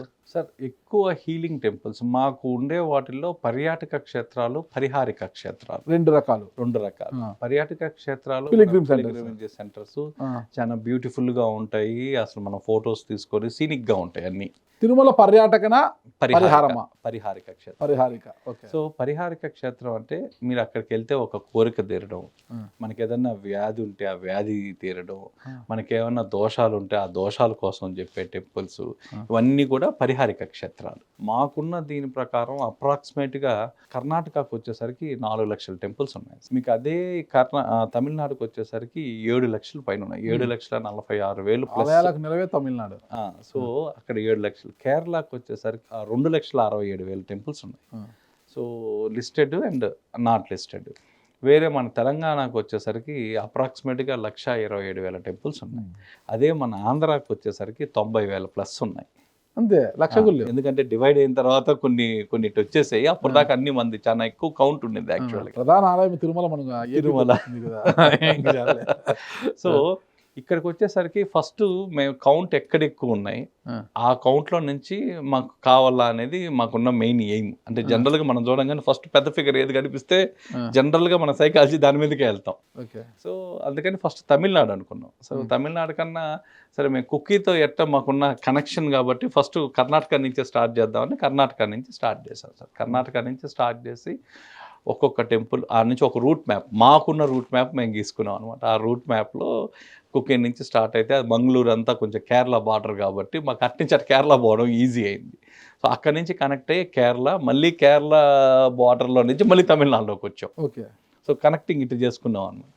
సో ఈ కనెక్టింగ్లో 1-to-1 ఆలయాలు. సరే ఇప్పుడు ఈ టెంపుల్కి వెళ్తే ఈ టెంపుల్కి వెళ్ళంగానే పలానా టెంపుల్ ఉంది, పలానా దీనికి ఉంది, ఆ టెంపుల్కి వెళ్ళడం, ఇక్కడ ఈ రెమెడీ ఎలా జరగద్ది, ఆ రెమెడీ ఎలా జరగద్ది, దీని వెనకానున్న సైన్స్ ఏంది, ఏం జరుగుతుంది, వాళ్ళు దొరికినంత వరకు మ్యాక్సిమం కూడా మేము ఎక్కువ కలవడం ఎక్కువ సార్. అంటే మాకు ఒక టెంపుల్కి వెళ్తే ఆ టెంపుల్లో ఉన్న ఒక ప్రధాన అర్చకులు ఎవరు ఉంటారో ఆ ప్రధాన అర్చకులు పూర్వీకులు కూడా ఎవరు ఉంటారు అనేది మా కాన్సన్ట్రేషన్ అంతా. ఆ పూర్వీకుల దగ్గరికి వెళ్ళి హ్యాండ్ నోట్స్లో రాసుకునేవాళ్ళం అసలు. సరే ఈ టెంపుల్ అప్పుడు ఏ విధంగా ఉండేది మీరు అని. ఎందుకంటే కొన్ని దేవాలయాల్లో మేము చూస్తే అసలు మాకు నమ్మలేని నిజాలు సార్. 450 సంవత్సరాల నుంచి ఎవరు వెలిగించకుండా దీపాలు వెలుగుతున్నాయి. ఇప్పుడు ఎత్తుమనాడు కొట్టాయంలో ఉన్న టెంపుల్ అయితే శివుని టెంపుల్లో రైట్ సైడ్లో మీకు ఒక దీపం 450 సంవత్సరాల నుంచి ఎవరు వెలిగించకుండా దీపం వెలుగుతుంది. ఎలా వెలుగుతుంది? ఇక్కడది కొట్టాయంలో ఎత్తుమనాడ్ మహాదేవ టెంపుల్. కొట్టాయం. ఇప్పటికీ ఇక్కడికి కొంతమందికి రోడ్డు మార్గం అంత బాగుందా? బ్రహ్మాండంగా. టెంపుల్ కూడా చాలా పెద్దది. టెంపుల్ కూడా చాలా పెద్దది. ఎన్నేళ్ల చరిత్ర ఉంది ఆ టెంపుల్కి? ఇప్పుడు దాదాపుగా ఇది 1000 సంవత్సరాల క్రితం ఉన్న టెంపుల్ సార్. ఇది ఋషి ప్రతిష్టాపన చేసింది. ఆ టెంపుల్లో అసలు ఇప్పటికీ ఆ దీపం ఎవ్వరు వెలిగించకుండా ఇంకా దీపం వెలుగుతుంది అది. సో ప్రతి ఒక్కరికి అసలు మీరు కొట్టాయం టెంపుల్ అనగానే ఫస్ట్ చెప్పేది మహాదేవ టెంపులే. సో ఇక్కడికి అక్కడి నుంచి స్టార్ట్ చేస్తే ఒక్కో దగ్గర ఎలా జరుగుతుంది. సో 1 to 1 ఆ టెంపుల్కి వెళ్ళడం, దీంట్లో ఉన్న మెడికల్ బెనిఫిట్స్ ఏంటి, ఎవరికి ఈ టెంపుల్ ఏ విధంగా మనం ఉపయోగించుకోవాలా, మనకి ఏ విధంగా ఉపయోగపడుద్ది. సో ఇవన్నీ రాసుకునేవాళ్ళం సార్, హ్యాండ్ రిటర్న్లో రాసుకునేవాళ్ళం. మాకు దొరికిన కొన్ని రెఫరెన్స్ బుక్స్ తీసుకునేవాళ్ళం, రెఫరెన్స్లో వెతికేవాళ్ళం. సో 2 మ్యాచ్ చేసుకొని ఒక టెంపుల్ హిస్టరీ లాగా ఒక కలెక్ట్ చేసి పక్కన పెట్టుకునేవాళ్ళం అనమాట. సో ఇది పక్కన పెట్టుకొని ఇట్లా మాకు ఇప్పుడు దాకా 35,000 అయ్యాయి సార్. ఇంకా మాకు 1 lakh టెంపుల్స్ చేయడం అనేది ఫస్ట్ మా మిషన్. మేము అభ్యుదయ పెట్టడానికి మాకున్న విజన్ అండ్ మిషన్ ఏంటంటే 3 అనమాట సార్. ఫస్ట్ది వచ్చి ఐడెంటిఫికేషన్ ఆఫ్ టెంపుల్స్ని ఐడెంటిఫై చేయడం. రెండో దగ్గరికి వచ్చేసరికి గ్లోరిఫికేషన్ ఆఫ్ టెంపుల్స్. మూడో దగ్గరికి వచ్చేసరికి ప్రొటెక్షన్ ఆఫ్ టెంపుల్స్. అభ్యుదయ మీనింగ్ ఏంటి అసలుకి? సార్ అభ్యుదయ అంటే నిరంతరం డెవలప్ అవుతూ ఉండేదే అభ్యుదయం. ఓకే. సో మనం కొత్తగా డెవలప్ చేసేది ఏం లేదు ఇక్కడ. సో మాకు అభ్యుదయ అనే పదం కూడా మేము పెట్టడానికి కారణం కూడా ఏంటంటే, మాది ఇది ఎప్పుడు రోజు బై రోజు, ఈరోజు మాకు 35,000 ఆలయాలు, 1,00,000 ఆలయాలు కావాలా, మాకు రోజు బై రోజు మాకు ఎవ్రీడే, అంటే మాకు ఐటీలో చేసి అలవాటైపోయి ఈరోజు ఏం చేస్తున్నాం, రేపు దీనికన్నా బెటర్గా ఏం చేయగలం, ఈ వీక్ ఈ మంత్ ఏం చేయగలం, నెక్స్ట్ మంత్ ఏంది, ఈ రోజు అచీవ్మెంట్ ఏంది, రేపు అచీవ్మెంట్ ఏంది, మాకు డైలీ ప్రోగ్రెసివ్ కావాలన్నమాట. ఓకే అండి. ఇప్పుడు కొట్టాయంలో ఉన్న మీరు చెప్పిన ఆలయాన్ని సందర్శిస్తే వచ్చే ప్రయోజనం ఏంటి? అదే సార్, ఇంత మునుపు మనకి దీంట్లో ఒక సెల్ రిపేరింగ్ సిస్టమ్ అనేది మనం ఇప్పుడు వింటున్నాం. మన బాడీలో సెల్స్ రిపేరింగ్ సిస్టమ్ అనేది మనం ఇప్పుడు వింటున్నాం. కానీ ఒకప్పుడు ఒక బుక్లో మేము చదివిన దాని ప్రకారం సెల్ రిపేరింగ్ సిస్టమ్స్కి, డిఎన్ఏ రిపేరింగ్ సిస్టమ్స్ కూడా కొన్ని ఆలయాలు ఉన్నాయి. సో ఎలా ఉన్నాయి, వీటికి ఎలా చేస్తాయని విన్నాం సార్. వింటే మేము ఒక దీంట్లో ఒక థీసిస్ చదివితే ఎలా ఉండేది అంటే, మంత్రానికి ఉన్న బలం ఏ విధంగా ఉండేదంటే, ఇంత మునుపు ఒక మంత్రానికి మన బాడీలో ఉన్న సెల్స్ రియాక్ట్ అయ్యేవి. ఆ మంత్రం మనం వినడం వల్ల, అవి మనం చదవడం వల్ల మన బాడీలో ఉన్న సెల్స్ అన్నీ కూడా రియాక్ట్ అయ్యేవి. ఏ విధంగా రియాక్ట్ అయ్యేవంటే వాళ్ళు చెప్పేవాళ్ళు సార్. అంటే మావి ఇట్లే ఉంటాయి. పాత సినిమాలో మనం చూస్తే వాళ్ళు ఎక్కడ అనుకుంటే అక్కడ మాయమైపోయేవాళ్ళు, ఎక్కడ కావాలంటే అక్కడ ప్రత్యక్షం అయ్యేవాళ్ళు. ఈ మెకానిజం మనకు చాలా తమాషగా అనిపిస్తుంది సార్. వాళ్ళు అంత మునుపు వాళ్ళకి ఫ్లైట్లు లేవు, ఏవీ లేవు. ఎక్కడ కావాలంటే ఋషులు కానీ, కొంచెం సాధన చేసిన వాళ్ళు కానీ, వాళ్ళు ఎక్కడ కావాలంటే అక్కడ. ఇది ఎలా జరగద్ది అనే దానికి మాకు కొరలేటెడ్గా ఒక థీసిస్ ఒకటి చదివాం. సో అది ఏ విధంగా చదివాము అంటే, ఒక మంత్రానికి బాడీలో ఉన్న సెల్లు మీకు రియాక్ట్ అవుద్ది. ఇప్పుడు జనరల్గా సార్ మన సీలింగ్ ఫ్యాన్ చూస్తే, సీలింగ్ ఫ్యాన్ రెక్కలు మీరు 1-2 వాల్యూమ్లో పెట్టగానే అవి స్లోగా తిరగడం స్టార్ట్ అవుద్ది. మీకు వింగ్స్ కనిపిస్తాయి, రెక్కలు కనిపిస్తాయి. మీరు 3-4లో పెడితే, 3లో పెట్టారనుకోండి, మీకు రెక్కలు కనిపించవు. గాలి మాత్రం మీరు ఫీల్ అవుతుంటుంది, గాలి వస్తుంటుంది, మీకు రెక్కలు కనిపించవు. అదేవిధంగా వాళ్ళు దాన్ని మ్యాచ్ చేసుకుంటే, వాళ్ళు మంత్రం చెప్పంగానే, ఫస్ట్ ఒక మంత్రం చెప్పంగానే దానికి ఉన్న స్పీడ్ ప్రకారం బాడీలో ఉన్న సెల్స్ చిన్నగా రివాల్వ్ అవ్వడం, స్పిన్ అవ్వడం స్టార్ట్ అయ్యేవి. ఇలా రివాల్వ్ అవ్వడం, ఆ మంత్రం తీవ్రత పెంచంగానే ఇవి స్పీడ్ అయ్యేవి. అవి కొంచెం ఇంకా స్పీడ్ కాగానే మనిషి అక్కడ అంతర్ధానం అయిపోయేవాడు. మళ్ళీ అతనికి ఎక్కడ కావాలంటే అక్కడ ప్రత్యక్షం కావాలనుకోండి సార్, మీరు చూడండి, దాని స్పీడ్ తగ్గించేవాళ్ళు. అంటే ఆ మంత్రాన్ని మళ్ళీ రివర్స్లో చెప్పేవాళ్ళు. ఆ రివర్స్లో చెప్పడం వల్ల, ఆ స్పీడ్ తగ్గడం వల్ల వాళ్ళు ఎక్కడ కావాలంటే అక్కడ మళ్ళీ ప్రత్యక్షం అయ్యేవాళ్ళు. ఇది ఒక దగ్గర చదివాము, అక్కడ ఒక టెంపుల్ రిలేట్ అయింది సరే, అందుకని ఆ టెంపుల్కి వెళ్ళాము. సో ఈ విధంగా ప్రతి ఒక్కటి కూడా సార్. ఇంకోటి కూడా, మంత్రాల దగ్గరికి వచ్చేసరికి రెజోనెన్స్ హీలింగ్ పైన మనం పాతకాలాల్లో మనం కానీ చూస్తే, మీరు మహాకావ్యాల్లో అన్నింటిలో కూడా బ్రహ్మాస్త్రం, నాగాస్త్రం ఇవన్నీ కూడా వచ్చేవి. ఈరోజు మనం మిజైల్స్ అంటాం ఆ రోజు, ఎందుకంటే ఆ రోజు కేవలం మనకి మంత్రాలు, తంత్రాలు మాత్రం ఉన్నాయి. ఇప్పుడు మనకి యంత్రాలు ఉన్నాయి. సో మనం ఇప్పుడు ఏదైనా ఒక మిజైల్ తీసుకోపోవాలంటే ఎంత హెవీ ట్రక్స్ యూజ్ చేసి మిజైల్స్ తీసుకోపోవాలి మనం. చాలా దానికి ఒక పాత్ వే ఉండాలా, దానికి ఇవన్నీ ఉండాలా. కానీ ఆ కాలాల్లో మీరు కానీ చూస్తే, మన సినిమాలో చూసినట్లు ఒక మంత్రం చెప్పంగానే నాగాస్త్రం చేతిలోకి వచ్చేది. కరెక్ట్. ఆ మంత్రానికి ఉన్న బలం అలాంటిది. ఆ మంత్రం రెజోనెన్స్ హీలింగ్, ఆ రెజోనెన్స్కి ఉన్న పవర్ అలాంటిది సార్. అది నమ్మాలంటారా సార్? ఖచ్చితంగా నమ్మాలి కదా సార్, ఇవి నమ్మకపోతే ఎలా? సో ఈ విధంగా వాళ్ళు ఆ మంత్రాన్ని అనే దాన్ని యూజ్ చేసేవాళ్ళు సార్. ఆ మంత్రం వాళ్ళు చేయడం కానీ, ఆ బ్రహ్మాస్త్రం, నాగాస్త్రాలు ఇవన్నీ కూడా కేవలం ఒక మంత్రంతో వెళ్ళేది. ఆ తర్వాత మాకు రెండోది ఏన్షియంట్ ఇంజినీరింగు, ఈ సైన్స్ పట్ల మాకు ఎక్కువ మక్కువ ఎక్కడ అనిపించిందంటే తంజావూరులో ఉన్న బృహదేశ్వర ఆలయం. ఆ బృహదేశ్వర ఆలయం పైన దాదాపుగా 210 టన్నుల గోపురాన్ని ఎలా పెట్టారు? మీరు 200 సరే పైన మీరు కానీ టవర్ కానీ చూస్తే 210 టన్నులు ఇది ఉంది. దానిపైన మళ్ళీ మీకు దాదాపుగా ఒక రాయి పెట్టారు. ఎంత పెద్ద రాయి అంటే దాదాపుగా కొన్ని టన్నులు ఉండే రాయి పెట్టారు. ఎలా పెట్టారు? మనకు అవి ఏనుగులతో తెచ్చారా, ఎట్ట తెచ్చారు ఏంటి అంటే, సరే ఈ బండ ఇవన్నీ తీసుకురావడానికి ఆ కాలాల్లో దాదాపుగా వాళ్ళు ఒక 6 కిలోమీటర్లు రోప్వే వేసారు. రోప్వే విధానం ద్వారా తీసుకొని వచ్చి దాదాపు అంత ఎత్తులో పెట్టారు. సో అక్కడ మాకు నచ్చింది ఏంటంటే, మమ్మల్ని అట్రాక్ట్ చేసింది ఏంటంటే ఆ ఇంజనీరింగ్. ఎక్కడిది? సార్ బృహదేశ్వర ఆలయం తంజావూరులో.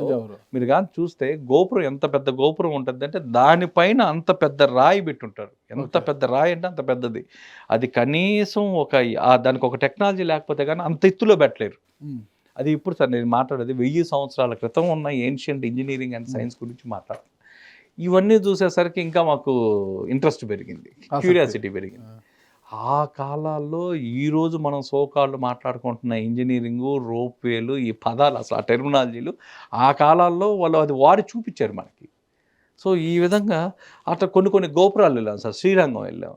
శ్రీరంగం అవన్నీ వెళ్తే అంతంత ప్రపంచంలో ఎత్తైన గోపురాలు ఎలా వాడు ఎంత ఆర్గనైజ్డ్గా కట్టారంటే అంత ఆర్గనైజ్డ్గా కట్టారు. ఎక్కడ కానీ సార్ ఇప్పుడు బృహదేశ్వర ఆలయంలో మీకు ఇంకోటి కూడా మధ్యాహ్నం 12 కాగానే గుడి నీడబడదు. బృహదేశ్వరు ద్వాదశ జ్యోతిర్లింగాల్లో ఒకట. కేవలం ఇది మన science, ancient engineering, science and ఇది చూడడానికే ఆ టెంపుల్ చూడాలి. అంతే, అక్కడికి వెళ్తే వచ్చే ఫలితం ఏం లేదు. ఆ టెక్నాలజీ చూడాలి. సార్ ఫలితం అనేది ప్రతి ఒక్క దాంట్లో, ప్రతి ఒక్క ఎనర్జీ పాయింట్లో ప్రతి ఒక్కటి ఉంది. అసలు మీరు ఏ దీంతో వెళ్తున్నారు అనేది దానికి ఇంపార్టెంట్. మరి బృహదేశ్వర్ నేను అదే పిలిగ్రిమేజ్ సెంటర్, పర్యాటక క్షేత్రాలు, పర్యాటకగా అదే దాన్ని అర్థం చేసుకోవడానికి వెళ్ళాలి. అసలు మెయిన్ అసలు మన వాళ్ళు 1000 సంవత్సరాల క్రితం ఎలా ఉండేవాళ్ళు అవన్నీ వాళ్ళకి ఒక నిలువెత్తు సాక్ష్యాలు అవి. వాళ్ళు వాడిన ఇది ఎలా కట్టారు, ఎలా దీనికి అంతా కూడా. సో ఈ విధంగా వచ్చేసరికి నెక్స్ట్కు వచ్చేసరికి మమ్మల్ని ఎక్కువ ఈ ఒక్క రీసెర్చ్లోకి తీసుకురావడం వచ్చిన ప్రశ్న ఏంటంటే, ఈ ఋషులు మునులు ఎక్కువ కాలం ఎలా బతికేవాళ్ళు. ఒక్కొక్క స్పాన్ చూస్తే 400 సంవత్సరాలు, 200 సంవత్సరాలు. ఒక యోగి ఆత్మకథ కానీ చదివితే సార్ దాంట్లో మీకు ఇవే ఉండేది. వాళ్ళు పాతలు దాదాపు 300 సంవత్సరాలు, 400 సంవత్సరాలు కూడా యోగులు ఇంకా బతుకున్నారని, ఇంకా ఉన్నారని, హిమాలయస్లో తపస్సు చేసుకుంటున్నారని. మాకు వీటికి ఏమైనా ఆలయాలు ఉన్నాయా అని స్టార్ట్ చేసాం. సో స్టార్ట్ చేస్తే తీరా చూసుకుంటే వాళ్ళు ఎక్కడో ఒక పాయింట్ ఎలా చూసామంటే వాళ్ళ బ్రీతింగ్. సరే ఇప్పుడు జనరల్గా మనకు అందరికీ కూడా దేవుడు మనకిచ్చిన ఉచ్ఛ్వాస నిశ్వాసాలు 54 కోట్లు ఇచ్చారు. అంటే ఒక నిమిషానికి మనము యావరేజ్గా మనం తీసుకునే ఉచ్ఛ్వాస నిశ్వాసాలు శ్వాసలు 15 నుంచి 20 వరకు. దాన్ని మనం 15 శ్వాసలుగా తీసుకోవచ్చు. తీసుకుంటే ఒక నిమిషానికి తీసుకుంటే ఒక రోజుకి 21,600 శ్వాసలు తీసుకుంటాం.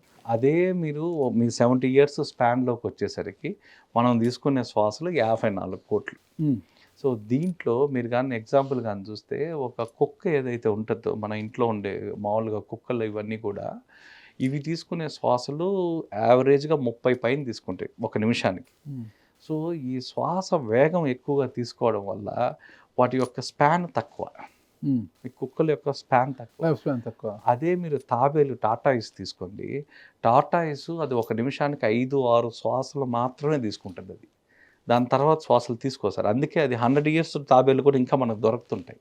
మీరు ఇప్పుడు చూస్తే 100-200 ఇయర్స్ తాబేళ్ళు కూడా మీకు ఇంకా సముద్రాల్లో దొరుకుతూ ఉంటాయి అన్నమాట. అంటే దాంట్లో ఉన్న టెక్నాలజీ ఏంటంటే, టెక్నాలజీ ఏం లేదు సార్, దాంట్లో ఉన్న ఆధ్యాత్మికత ఏంటంటే శ్వాస వేగాన్ని ఎవరైతే నియంత్రిస్తారో వాళ్ళు ఎక్కువ కాలం బతుకుతారు అని. సో మీకు ఇప్పుడు జరిగితే మెడిటేషన్లు కానీ మిగతావి ఇవన్నీ కూడా మైండ్ఫుల్ సెంటర్స్లో కూడా మీకు జరిగేది ఏంటంటే శ్వాసను ఫస్ట్ గమనించమంటారు. అంటే శ్వాస యొక్క వేగం మనకు ఆ 54 కోట్లు మనకి ఇచ్చిన కోట అయితే అదేం మారదు సార్. అది ఎవరికైనా అది ఒక్క కోట. అది మనం ఎంత వాడుకోగలమో అది డెడ్ లైన్ అందరికీ, అది ఫిక్స్డ్. దాన్ని ఆ శ్వాసల వేగాన్ని నియంత్రణ ఎవరైతే ఆ శ్వాస వేగాన్ని నియంత్రిస్తారో వాళ్ళు ఎక్కువ కాలం బతుకుతున్నారు. ఋషులు వాళ్ళు కూడా వాళ్ళైతే వాటిని ఏమంటారంటే వాటిని చిన్నగా నెమ్మది స్లో డౌన్ చేస్తూ పూర్తిగా అసలు శ్వాస ఆరుతుందా లేదా వీటన్నిటిని కూడా కుంభకం అంటారు సార్. ఈ కుంభకం అనేది మనకు అగస్త్య మహాముని దగ్గర నుంచి వచ్చింది.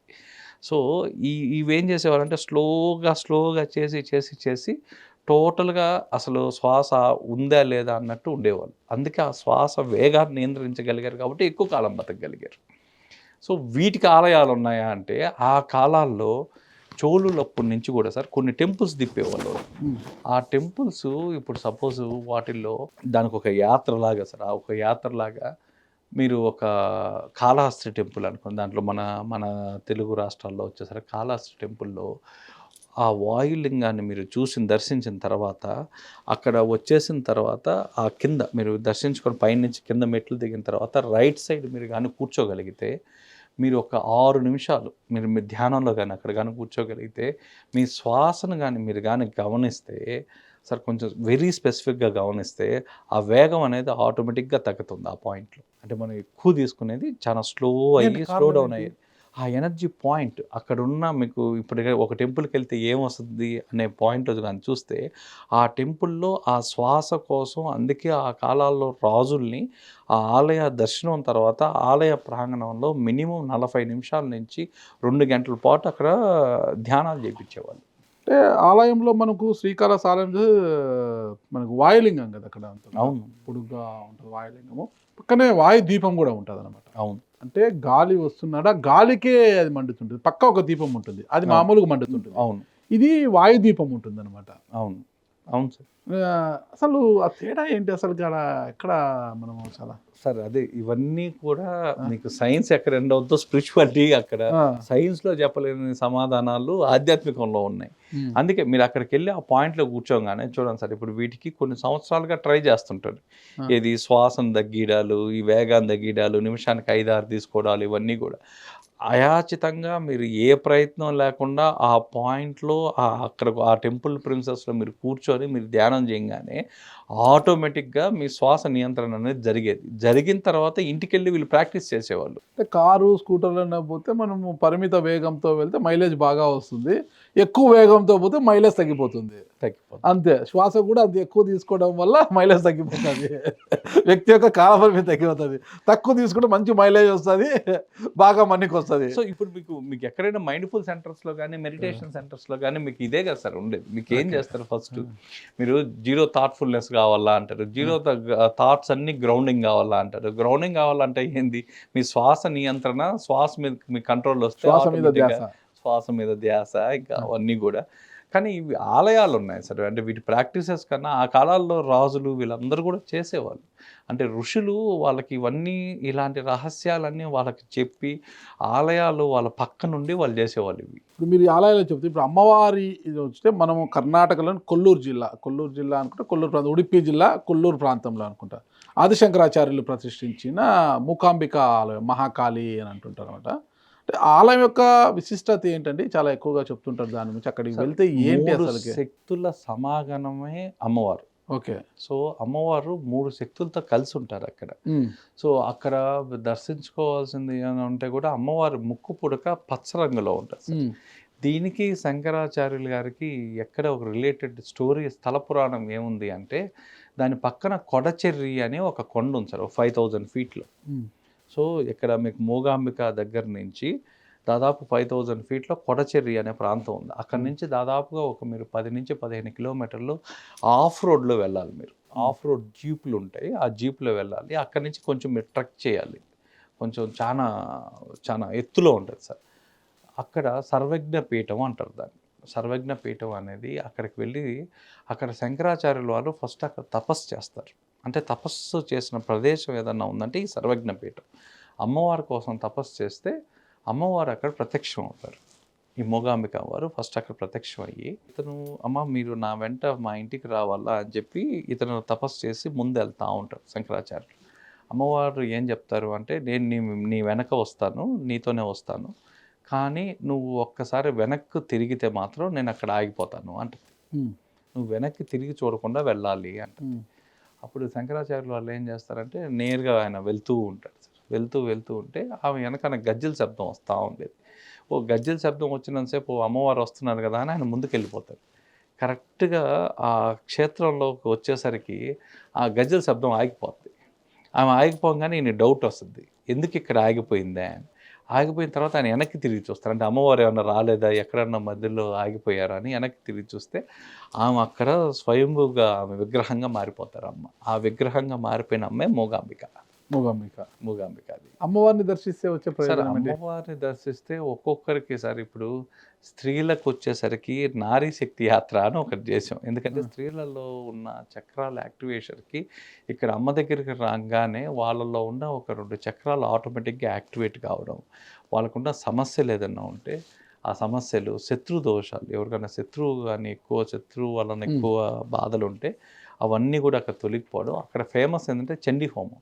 ఆ క్షేత్రంలో చండీ హోమం చేయించడం వల్ల ఇది ఎక్కువ శత్రు సంహారానికి ఉపయోగపడే క్షేత్రం సార్ అది. దత్తాత్రేయ ఆలయాలు, దక్షిణమూర్తి ఆలయాలు అనేటివి కూడా ఉన్నాయి కదండి మనకు.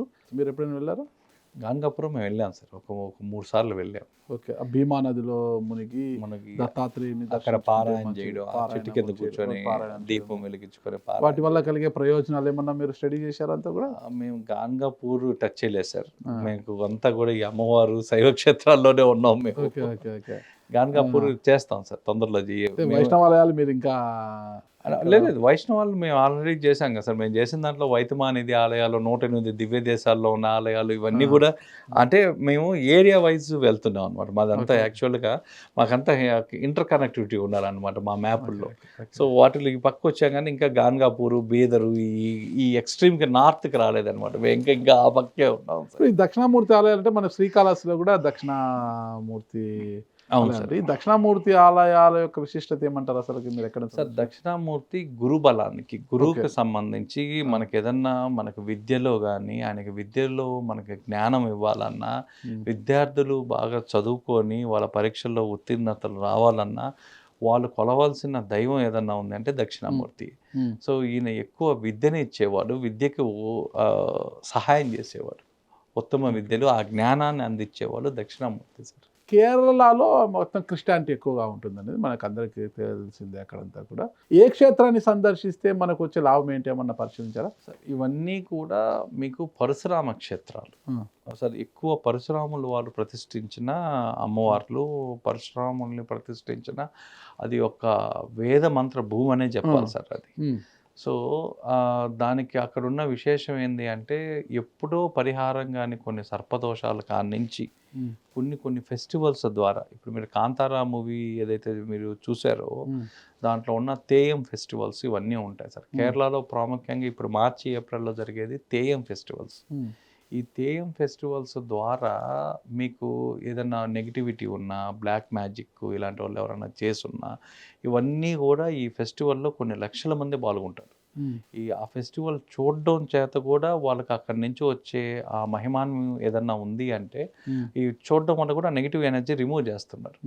సో ఈ ఎక్కువ క్షేత్రాలు దాదాపుగా 70 నుంచి 80% ఆఫ్ ఆలయాలు కేరళలో ప్రతిష్టాపన జరిగినవన్నీ కూడా పరిహారిక క్షేత్రాలు సార్. అంటే గురువారంలో ఉన్న శ్రీకృష్ణుడి ఆలయం ఉంది కదా, గురువారం శ్రీకృష్ణ ఆలయాన్ని సందర్శిస్తే వచ్చేది శ్రీకృష్ణ ఆలయాన్ని. సార్ ఆ శ్రీకృష్ణ ఆలయాన్ని చేయడం వల్ల వాళ్ళకు వచ్చేది దాదాపుగా ఏదన్నా ఈ సిరి సంపదల కోసం, ఎక్కడన్నా పోయిన ఇమేజ్ కోసం, వీటికి అందరికీ ఒక్కొక్క వాళ్ళకి ఒక్కొక్క ఫలితం సార్. ఇప్పుడు అక్కడ కూడా టెంపుల్లో ఒక ఎనర్జీ ప్రతిష్టాపనలో మీరు వెళ్ళి పూజలు చేయగానే నెగిటివిటీ, మన బాడీలో ఉన్న నెగిటివిటీ ఏదన్నా ఉన్నా ఇవన్నీ తీసేసే ఆలయాలు. ఇంకా విచిత్రంగా ఆలయాలు కేరళలో కొన్ని చెప్పాలి అంటే, మన ఎవరన్నా నాకు పాయిజన్ చేశారు, మందు పెట్టారు, ఆ మందు తీసే ఆలయాలు ఏమన్నా ఉన్నాయి అంటే ఇక్కడ తిరువిల్ల దగ్గర ఉన్న ఒక ఆలయంలో దాదాపు నీలకంఠేశ్వర స్వామి ఆలయం అని ఒకటి ఆలయం ఉంది. నీలకంఠ తత్వంతో ఉన్న శివుడు ఈ తిరువిల్ల ఆలయానికి మీరు వెళ్ళంగానే మీకు ఏదన్నా కడుపులో ఉంది, మనం ఎన్ని టెస్టులు చేసుకున్నా బయటికి రాలేదు, అంత హెల్తీగా ఉంది, కానీ ఏదో ఉంది ఉన్న సమస్య వాళ్ళందరూ కూడా ఈ టెంపుల్కి వచ్చి ఆ టెంపుల్లో మీరు అడుగు పెట్టి వాళ్ళు ఏం చేస్తారంటే ఆ టెంపుల్లోనే ఒక చెట్టు ఉంది సార్, ఆ చెట్టులో నుంచి ఆకులు తీస్తారు. ఈ ఆకుల్ని ఏం చేస్తారు అంటే వీటిని బాగా నూరి ఆవు పాలల్లో కలిపిస్తారు. ఈ ఆవు పాలల్లో కలిపించి వాటిని శివుడి పైన అభిషేకం చేస్తారు. శివుడి పైన అభిషేకం చేసిన తర్వాత ఆ ఆవు పాలను మనకిస్తారు అక్కడ కుళ్ళో కూర్చోబెట్టి. అవి తాగిన తర్వాత మీరు ఒక 3-5 ప్రదక్షిణలు చేయాలి. ఆ 3-5 ప్రదక్షిణలు మీరు చేసే లోపల ఎలాంటి బలవంతంగా లేకుండా, ఫోర్స్‌గా లేకుండా మీకు మీకే ఆటోమేటిక్‌గా వామిటింగ్ అయిపోద్ది. ఆ వామిటింగ్ అయినప్పుడు కడుపులో ఏదన్నా ఉన్నా ఒక బ్లాక్ కలర్‌లో మీకు నేరుగా కనిపిస్తుంది. ఒకవేళ మీ కడుపులో ఏమీ లేదు అంటే ఆ వామిటింగ్ మీకు కాదు అనమాట. ఇది దాదాపుగా 1000 సంవత్సరాల క్రితం నుంచి ఉన్న ఆలయం అయింది సార్. ఆలయానికి వెళ్తే ఎవరన్నా అంటే మందు పెట్టినా ఏదో మందు పెట్టారు అందుకే వాడు అలా మారిపోయాడు అది అంటుంటారు కదా. ఈ మందు పెట్టారు అనే ఒక భయం ఉన్నవాళ్ళు, అది నిజం అని నమ్మేవాళ్ళు, వీళ్ళందరూ కూడా ఒక్కసారి ఈ క్షేత్రానికి వెళ్ళి ఈ ట్రీట్మెంట్ తీసుకోగానే మీకు అక్కడే తెలిసిపోతుంది సార్. పెడతారా మందు పెడతారు అట్లా? అది ఇలాంటి వావి కూడా ఉంటాయన్న సంగతి మాకు కూడా ఇటీవలగా ఇది స్టార్ట్ చేసినప్పుడే తెలిసింది. మాకు వచ్చిన ఒక ఫోన్ కాల్ ద్వారా మాకు కూడా ఇలాంటివి కూడా ఒకటి ఉన్నాయా అనేది మాకు ఫోన్ కాల్ బెదిరింపు కాలా? బెదిరింపు ఏం లేదు సార్. అంటే విక్టిమ్స్ కాల్ చేయడం స్టార్ట్ చేశారు. సార్ మాకు ఈ విధంగా జరిగింది, మాకున్న ఇక్కడే మన హైదరాబాద్లో ఒక ప్రముఖమైన ఫ్యామిలీ నుంచి మనకు వచ్చిన ఫోన్ కాల్ ఏంది అంటే, వాళ్ళు దాదాపుగా ఒక మంచి ఎక్కడో నుంచి వచ్చి ఇక్కడ వాళ్ళు సెటిలర్స్ ఒక మంచి బిజినెస్ చేస్తున్నారు. మంచి బిజినెస్ చేస్తుంటే వాళ్ళకి ఏదో మందు పెట్టేశారు, ఆయనకి ఏదో పార్టీకి పోతే మందు పెట్టారు అనేది ఒక ఫీలింగ్ వచ్చింది. సో కడుపులో మంట ఏదో బాగలేదు అంటే ఎక్కడికి వెళ్ళి డయాగ్నోసిస్ చేసినా, ఎన్ని హాస్పిటల్స్ చూసినా యూఎస్ అంతా తిప్పేశారు. తిప్పేసిన తర్వాత అతనికి అంత నార్మల్, అంత పర్ఫెక్ట్ కూడా, ఎక్కడికైనా అబ్నార్మల్ వాల్యూస్ లేవు. కానీ అతను పని చేయడం ఉన్నాయి. అతను నాకేదో జరిగిపోయింది, నా కడుపు నొప్పి, నాకు బాగలేదు అని చెప్పేసి ఆ బిజినెస్ అంతా డౌన్ అయ్యి దాదాపుగా వాళ్ళు ఈ ప్రాబ్లంతో 7 years నుంచి బాధపడుతుంటే లాస్ట్ 5 years వాళ్ళు బ్యాంక్రప్ట్స్ కూడా అయిపోతారు పాపం, బిజినెస్లు కూడా లేక. ఆ తర్వాత వాళ్ళు పాపం ఎక్కడ నేపాలు ఇక్కడంతా కూడా తిరుగుతారు, దాన్ని కడుపులో ఉండేది తీసేయండి అంటే అది మరి నిజంగా వాళ్ళకి నిజంగా పెట్టారా లేదా తెలియదు. కానీ వాళ్ళు అదే ట్రామాలో అందరూ ఫ్యామిలీ అంతా ఆ ట్రామాలోకి వెళ్ళిపోయింది. సో అన్నీ సందర్శించిన తర్వాత మనకు కాల్ చేశారు. మనం ఎప్పుడైతే ఈ టెంపుల్స్ చెప్తున్నామో మనకు కాల్ చేశారు. కాల్ చేసి సార్ మాకు కొంచెం చెప్పండి, మేము దాదాపు 7 years నుంచి ఇబ్బంది పడుతున్నాము, ఎన్నో దగ్గరలు తిరిగాము, కొన్ని లక్షలు ఖర్చు పెట్టాము, కానీ మాకు ప్రయోజనం ఎక్కడ దొరకలేదు అంటే మనం ఈ టెంపుల్కి వెళ్ళమని చెప్పాము సార్. వాళ్ళు టెంపుల్కి ఇక్కడి నుంచి బయలుదేరి టెంపుల్కి ఒకరోజు వెళ్ళారు. నెక్స్ట్ డే మన ఈ చెప్పిన ప్రక్రియ టెంపుల్లో ఫాలో అయ్యారు. ఫాలో అయిన తర్వాత వాళ్ళు మళ్ళీ వెనక్కి వచ్చారు. వెనక్కి వచ్చిన తర్వాత చూస్తే అతనికి నల్లగా కడుపులో ఉండేదంతా బయటపడిపోయిందంట. ఆ రోజు నుంచి అతను ఫ్రీ అయిపోయాడు. నిజంగా అవి జరుగుతాయంటే వారి నమ్మకమే వారిని బతికిస్తుందంటారా? ఒకరి అనుభవాన్ని మనం పరిగణనలో తీసుకొని చెప్పడం కన్నా వాళ్ళ అనుభవం వాళ్ళు చెప్తేనే కరెక్ట్గా ఉంటుంది. అది మీ సలహాతోనే వెళ్ళారు అక్కడికి? అది మాత్రం మనమే టెంపుల్ మాత్రం మనమే చెప్పాం సార్. అంటే నేను యాక్చువల్గా వీడియో చేశాను, దాని మీద వీడియో చేస్తే దాని మీద వాళ్ళకి డౌట్లు ఉన్నాయి.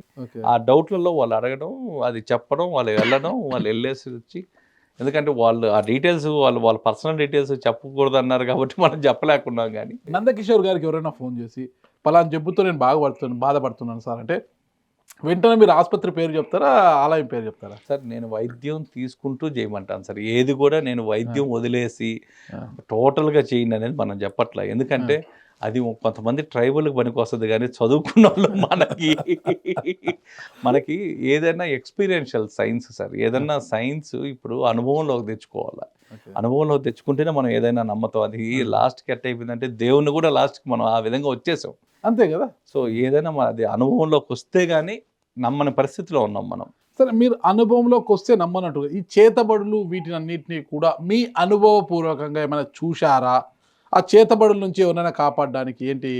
మాకైతే మాకు ఇంతవరకు అయితే మాకు ఏదో నాకున్న కామెంట్స్లో నేను చూడడం అయితే బ్లాక్ మ్యాజిక్ చేశారు ఇవన్నీ అని, కానీ బ్లాక్ మ్యాజిక్ చేసేవాడిని చూడలేదు. ఆ తర్వాత చేయించుకొని విక్టిమ్స్ని అయితే మనం కలిసాం, విక్టిమ్స్ అయితే మనం కలవడం జరిగింది. సో కలిస్తే మేము ఒక ఆలయాలకు పోయినప్పుడు ఆ ఆలయాల్లో సార్ ఇప్పుడు కేరళలో కొన్ని ఆలయాలు చెప్పాం సార్. నేను మొన్న కూడా ఒక ఆలయం చెప్పాం, కొడంగళూరు అమ్మవారు అని చెప్పాం మనం. కొడంగళూరు అమ్మవారు గురించి చెప్పాం. ఈ కొడంగళూరు అమ్మవారు మీకు ప్రతి సంవత్సరం ఒక వేడుక జరగద్ది. మీరు కానీ చూసినట్లయితే తెయ్యం ఫెస్టివల్స్ జరుగుతాయి. ఈ తెయ్యం ఫెస్టివల్స్లో ఎక్కువ వచ్చేవాళ్ళు ఈ దెయ్యం పట్టింది అనేవాళ్ళు, ఎక్కువగా వీళ్ళు నాకు బ్లాక్ మ్యాజిక్ రోజు చేస్తున్నారు అనేవాళ్ళు, వీళ్ళందరూ కూడా అక్కడికి రావడం, అక్కడికి వచ్చిన తర్వాత మాకు మిరాక్యులస్లీ అంతా బాగైందని చెప్పడం, ఆ తర్వాత ఇలా ఉండడం వల్ల ఫారినర్స్ కూడా ఎక్కువ మంది రావడం జరిగింది. అంటే వాళ్ళకేం బ్లాక్ మ్యాజిక్ కాదు. అసలు ఆ ఫెస్టివల్ చూడడానికి కూడా చాలా ఆర్టిస్టిక్‌గా ఉంటదనమాట. సో, ఇట్లా వచ్చి మీరు రీసెంట్‌గా గాని చూసుకుంటే ఈ తెయం ఫెస్టివల్స్‌లో ఒక ఫోటోగ్రాఫరు వచ్చి ఒక ఫారినర్‌కి ఆమెకి అమ్మవారు ఒంట్లోకొచ్చి ఆమె చేయడం అవన్నీ కూడా ఇప్పుడు మీకు చాలా వైరల్ అవుతున్నాయి సార్. ఇక్కడే కొడంగలూరులోనే జరిగింది ఈ సంఘటన. అంటే రీసెంట్‌గా ఒక 10 రోజుల క్రితం జరిగిన సంఘటన చెప్తున్నాను మీకు. సో, అది ఎక్స్‌పీరియన్స్ కావడం. సో, ఇలాంటివి జరిగాయనమాట. ఇలాంటి కొన్ని టెంపుల్స్‌లో ఆ నెగటివిటీ, ఈ బ్లాక్ మ్యాజిక్, మందు పెట్టడం అనేది నిన్న మొన్న వచ్చింది కాదు సార్. ఇది రాజుల కాలం నుంచి జరుగుతుంది. అనాదిగా వస్తున్న సాంప్రదాయం ఇది. సో, అప్పుడు ఆ కాలాల్లో వాళ్ళు ఖచ్చితంగా వాడేవాళ్ళంట. సో, కాబట్టి ఆ సంస్కృతి అలానే ఫాలో అవుతుంది ఇంకా జనాల్లో. అది మరి మేము అనుకోవడం ప్రకారం ఇంతకుముందు ఇది పల్లెటూర్లకే పరిమితం అనుకున్నాం. కానీ మాకు విస్తుపోయే నిజాలు ఏంది అంటే సిటీలో నుంచి మాకు ఫోన్స్ ఎక్కువ వస్తున్నాయి. బెదిరింపు కాల్సా మామూలు కాల్సా? లేదు సార్, మాకన్నీ ఇలాంటి విక్టిమ్ కాల్సే. మాకేం బెదిరింపు కాల్సే కాదు, అన్ని విక్టిమ్ కాల్స్. బెదిరింపు కాల్స్ కూడా అప్పుడప్పుడు వచ్చాయని విన్నాము. బెదిరింపు కాల్స్ ఇంకా సహజంగా సార్ ఒకటి మొదలు పెట్టినప్పుడు అయితే ఇంకా కొన్ని సామాజిక వర్గాల నుంచి, కొన్ని మతాల నుంచి మాకైతే కొన్ని అయితే వచ్చాయి. కొన్ని బెదిరింపు కాల్స్ వచ్చాయి కానీ దాడులకు యత్నించడము ఇలాంటివన్నీ మా పని మేము చేసుకుంటూ పోతున్నాం సార్. అందుకే మీ పని మీరు చేసుకుంటూ ఒక మంచి మార్గంలో వెళ్తున్నారు. మీరు చెడు మార్గం ఏం కాదు, ఒక మంచి మార్గంలో వెళ్తున్నారు. మీ పని మీరు చేసుకుంటూ పోతున్నారు. అయినా వేరే వాళ్ళకు అంటే మీపై దాడి చేయాలనో మీకు బెదిరించాలనో అన్న అవసరం ఎందుకు వచ్చిందంటారు? మనకే తెలియదు సార్. అది మనకి ఇప్పుడు దాకా తెలియవు. అవి వాళ్ళు ఎందుకు చేస్తున్నారో మనకు తెలియదు. అందులో మా మైండ్ కూడా వాటి మీద పెట్టి వేస్ట్ చేసుకోలేదు. ఎందుకంటే మేమందరం చాలా మాకున్న టైం లెంత్, మాకున్న ఇది ఎంత క్వాలిటీ. ఇప్పుడు దాదాపుగా మేము 35,000 టెంపుల్స్ గురించి చెప్పాలి సార్. మాకు దాని ప్లానింగ్లో ఉన్నాం. ఈ 35,000 టెంపుల్స్ ఏ ప్లాట్ఫామ్లోకి వెళ్ళి ఎక్కడ కంప్లీట్ చేయాలనేది ఇప్పుడు దాకా మేము 108 టెంపుల్స్ చెప్పడం స్టార్ట్ చేసాం. సో అంటే మాకంతా మేము ఆ ప్లానింగ్లో ఉన్నాం సార్. అంటే ఒక 1 ఇయర్ ఆఫ్ టైంలో ఈ 35,000 మేము చెయ్యాలా. రెండోది వచ్చేసరికి మేము తిరగాల్సిన ఆలయాలు కూడా మాకు పెండింగ్ కూడా దాదాపు ఇంకొక 65,000 ఆలయాలు ఉన్నాయి. ఈ 65,000 ఆలయాలు కూడా మేము తిరగాలి. ఒక పక్క ఇక్కడ చెప్తూ ఒక పక్క చేస్తూ ఈ పనుల్లో ఉన్నాం సార్. అంతే. నాకు క్లారిటీ ఇస్తారా? మీరు ఒక చిన్న అనుమానం ఉంది. ఇంకా 65,000 ఆలయాలు పెండింగ్ ఉన్నాయి. 35,000 ఆలయాలు పూర్తి చేశారు. వాటి గురించి చెప్పే ప్రయత్నం చేస్తున్నంత ఐటీ విభాగం నుంచి బయటకు వచ్చేసారు. ఎలాంటి జాబ్ లేదు. ఏం వ్యాపారం చేస్తున్నారు ఇప్పుడు? సార్ మాకైతే మేమైతే ఏం సెకండ్ వ్యాపారం చేసేదానికి టైం కూడా లేదు మాకు. మరి టైం లేకోకుండా, ఐటీ లేకుండా, వేతనం లేకోకుండా రోజువారీ టెంపుల్స్ ఎలా తిరుగుతున్నారు? అయ్యే ఖర్చులు ఎవరు భరిస్తున్నారు? సార్ మొన్నటిదాకా కూడా మేము బ్యాంక్ అకౌంట్ ఓపెన్ చేయలేదు సార్ ఎక్కడ. మాకు అసలు అభ్యుదయకి ఒక దాదాపుగా 6.5 సంవత్సరం నుంచి ఎక్కడ కానీ ఒక బ్యాంక్ అకౌంట్ కూడా లేదు. ఈ మధ్య లాస్ట్ మంత్ ఓపెన్ చేసాం. లాస్ట్ మంత్ మాత్రమే ఓపెన్ చేసాం. ఇప్పుడు దాకా దేవుడి దయ వల్ల మాకున్న రిజర్వ్స్ అన్నీ వాడుకుంటా వస్తున్నాం. ఎక్కడ కానీ ఎవరిని కానీ మేము పలానో అంటే మేము ఒక రీసెర్చ్ చేస్తున్నట్టు కూడా తెలియదు. సో మా పాటికి మేము ఎవరు అంటే మా 7 మందిలో ఉన్న మనీ ఏదైతే మాకు ఉంటాయో, మా రిజర్వ్స్ ఏవైతే ఉంటాయో ఆ రిజర్వ్స్ అన్నీ వాడుకుంటా వస్తున్నాం. అంటే మీరు ఐటీ ఎంప్లాయ్ ఉన్నట్టు మీకు బ్యాంక్ అకౌంట్ ఉంటుంది. తర్వాత ఏమైంది అకౌంట్? లేదు, అది పర్సనల్ అకౌంట్. ఇప్పుడు ఒక థింక్ ట్యాంక్ అనే కాన్సెప్ట్ తీసుకున్నాం. Current account. సో ఒక థింక్ ట్యాంక్ అనే కాన్సెప్ట్ తీసుకొని వచ్చాం సార్. ఈ థింక్ ట్యాంక్ మేము మేము ఫామ్ అయింది కూడా ఎందుకంటే ఒక థింక్ ట్యాంక్ లాగా చేస్తున్నాం అనమాట. ఈ థింక్ ట్యాంక్ ఇంత మునుపంతా మీకు యూఎస్, యూకేలో, ఈవెన్ ఇప్పుడు మన ఢిల్లీలో కూడా అండర్ ప్రెసిడెంట్షిప్లో, ప్రైమ్ మినిస్టర్షిప్లో ఉంటాయి సార్. ఇవి ఏం చేస్తాయంటే దీంట్లో ఉన్న ఇంటలెక్చువల్స్ అందరూ కూర్చొని ఒక పాలసీ చేయాలన్నా ఏం చేయాలన్నా వాళ్ళు ఒక జీవో లాంటిది ఒక ప్రిపేర్ చేసి ఇచ్చేవాళ్ళు. ఇదే మీకు గవర్నమెంట్ దగ్గర నుంచి జీవో రూపంలో బయటకు వచ్చేది. అంటే వీళ్ళంతా అనాలిసిస్ చేసి కూర్చొని ఎక్స్పర్టైజర్లు అందరూ ఒక్కొక్క ఫీల్డ్, మీకు అగ్రికల్చర్ కానీ, డెవలప్మెంట్ కానీ, టెంపుల్స్ కానీ, ఒక్కొక్క దానికి ఒక్కొక్క థింక్ ట్యాంక్ ఇవి ఆలోచించి ఒక ఫామ్ లాగా తయారు చేసేవాళ్ళు. ఒక జీవో ఏ విధంగా ప్రజలకి, ప్రభుత్వానికి మధ్యలో ఒక సయోధ్యగా చేయాలా అని చెప్పి ఇవన్నీ రాసేవాళ్ళు. ఎక్కడెక్కడ డిఫరెన్సెస్ ఉన్నాయో అవన్నీ కూడా లేకుండా ఒక ఆర్టికల్ రాసి వాళ్ళకి ఇస్తే అది జీవో రూపంలో బయటకు వచ్చేది.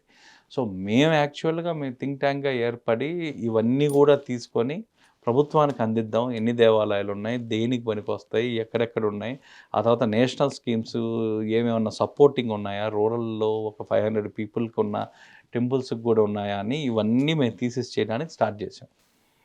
అది స్టార్ట్ చేసి థింక్ ట్యాంక్గా ఏర్పడి ఇంకా దాన్ని ఒక ఫౌండేషన్ లాగా చేద్దాము అని చెప్పి ఒక ఫౌండేషన్ చేసి దీంట్లో పాటు ఆలయాలు ఏవేవైతే మేము తిరిగిన వాటిల్లో రెస్టోరేషన్ ఆఫ్ టెంపుల్స్ మీదకి వచ్చామన్నమాట సార్. యాక్చువల్గా ఈ రెస్టోరేషన్ ఆఫ్ టెంపుల్స్కి వచ్చేసరికి చాలా ఆలయాలు, చరిత్రలో చెప్పిన ఆలయాలు బయట కనిపించకపోవడం, ఆ తర్వాత వీటికి జీవనోద్ధారణకి కొన్ని ఆలయాల కోసం కన్సల్ట్ అయితే పెద్ద పెద్ద ఆలయాలకి డొనేషన్స్ వస్తున్నాయి, కానీ చిన్న చిన్న ఆలయాలు, ఎక్కడో ఉన్న ఆలయాలు అవన్నీ కూడా వాటికి జీవనోద్ధారణకి కూడా డబ్బులు లేక అవి ఆగిపోయి ఉన్నాయి. జీర్ణోద్ధార పథకం చాలా మందికి చాలా ఆలయాలకు కూడా రావట్లేదు. చాలా అంటే మీరు ఒక విధంగా చెప్పాలంటే హిందూ ధర్మ ప్రచారాన్ని భుజానికి ఎత్తుకున్నారని అయితే చెప్పొచ్చు సార్.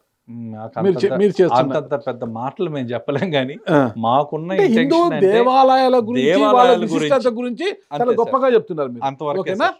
అంతే. అంటే అది ఏంటది హిందూ ధర్మ ప్రచారాన్ని మీరు భుజానికి ఎత్తుకున్నట్టే ఇంకా అది. అంటే ఒక ఆలయం ఒక విశిష్టత గురించి, ఆలయానికి వెళ్తే కలిగే ప్రయోజనం గురించి, ఎలాంటి మానసిక ప్రశాంతత వస్తుంది, మీలో ఉన్న జబ్బులు కావచ్చు, రుగ్మతలు ఏవైతే ఉన్నాయో అవన్నీ ఎలా మటుమాయమైపోతాయి, దానికి కారణం ఏంటి, ఓకేనా, అక్కడ ఉన్న ఎనర్జీ ఏంటి అనేది మీరు చెప్తున్నారు. అంటే ఏంటి, ఆ గొప్పతనం చెప్తున్నప్పుడు ఒక హిందూ ధర్మ ప్రచారంలో భాగమే ఇది.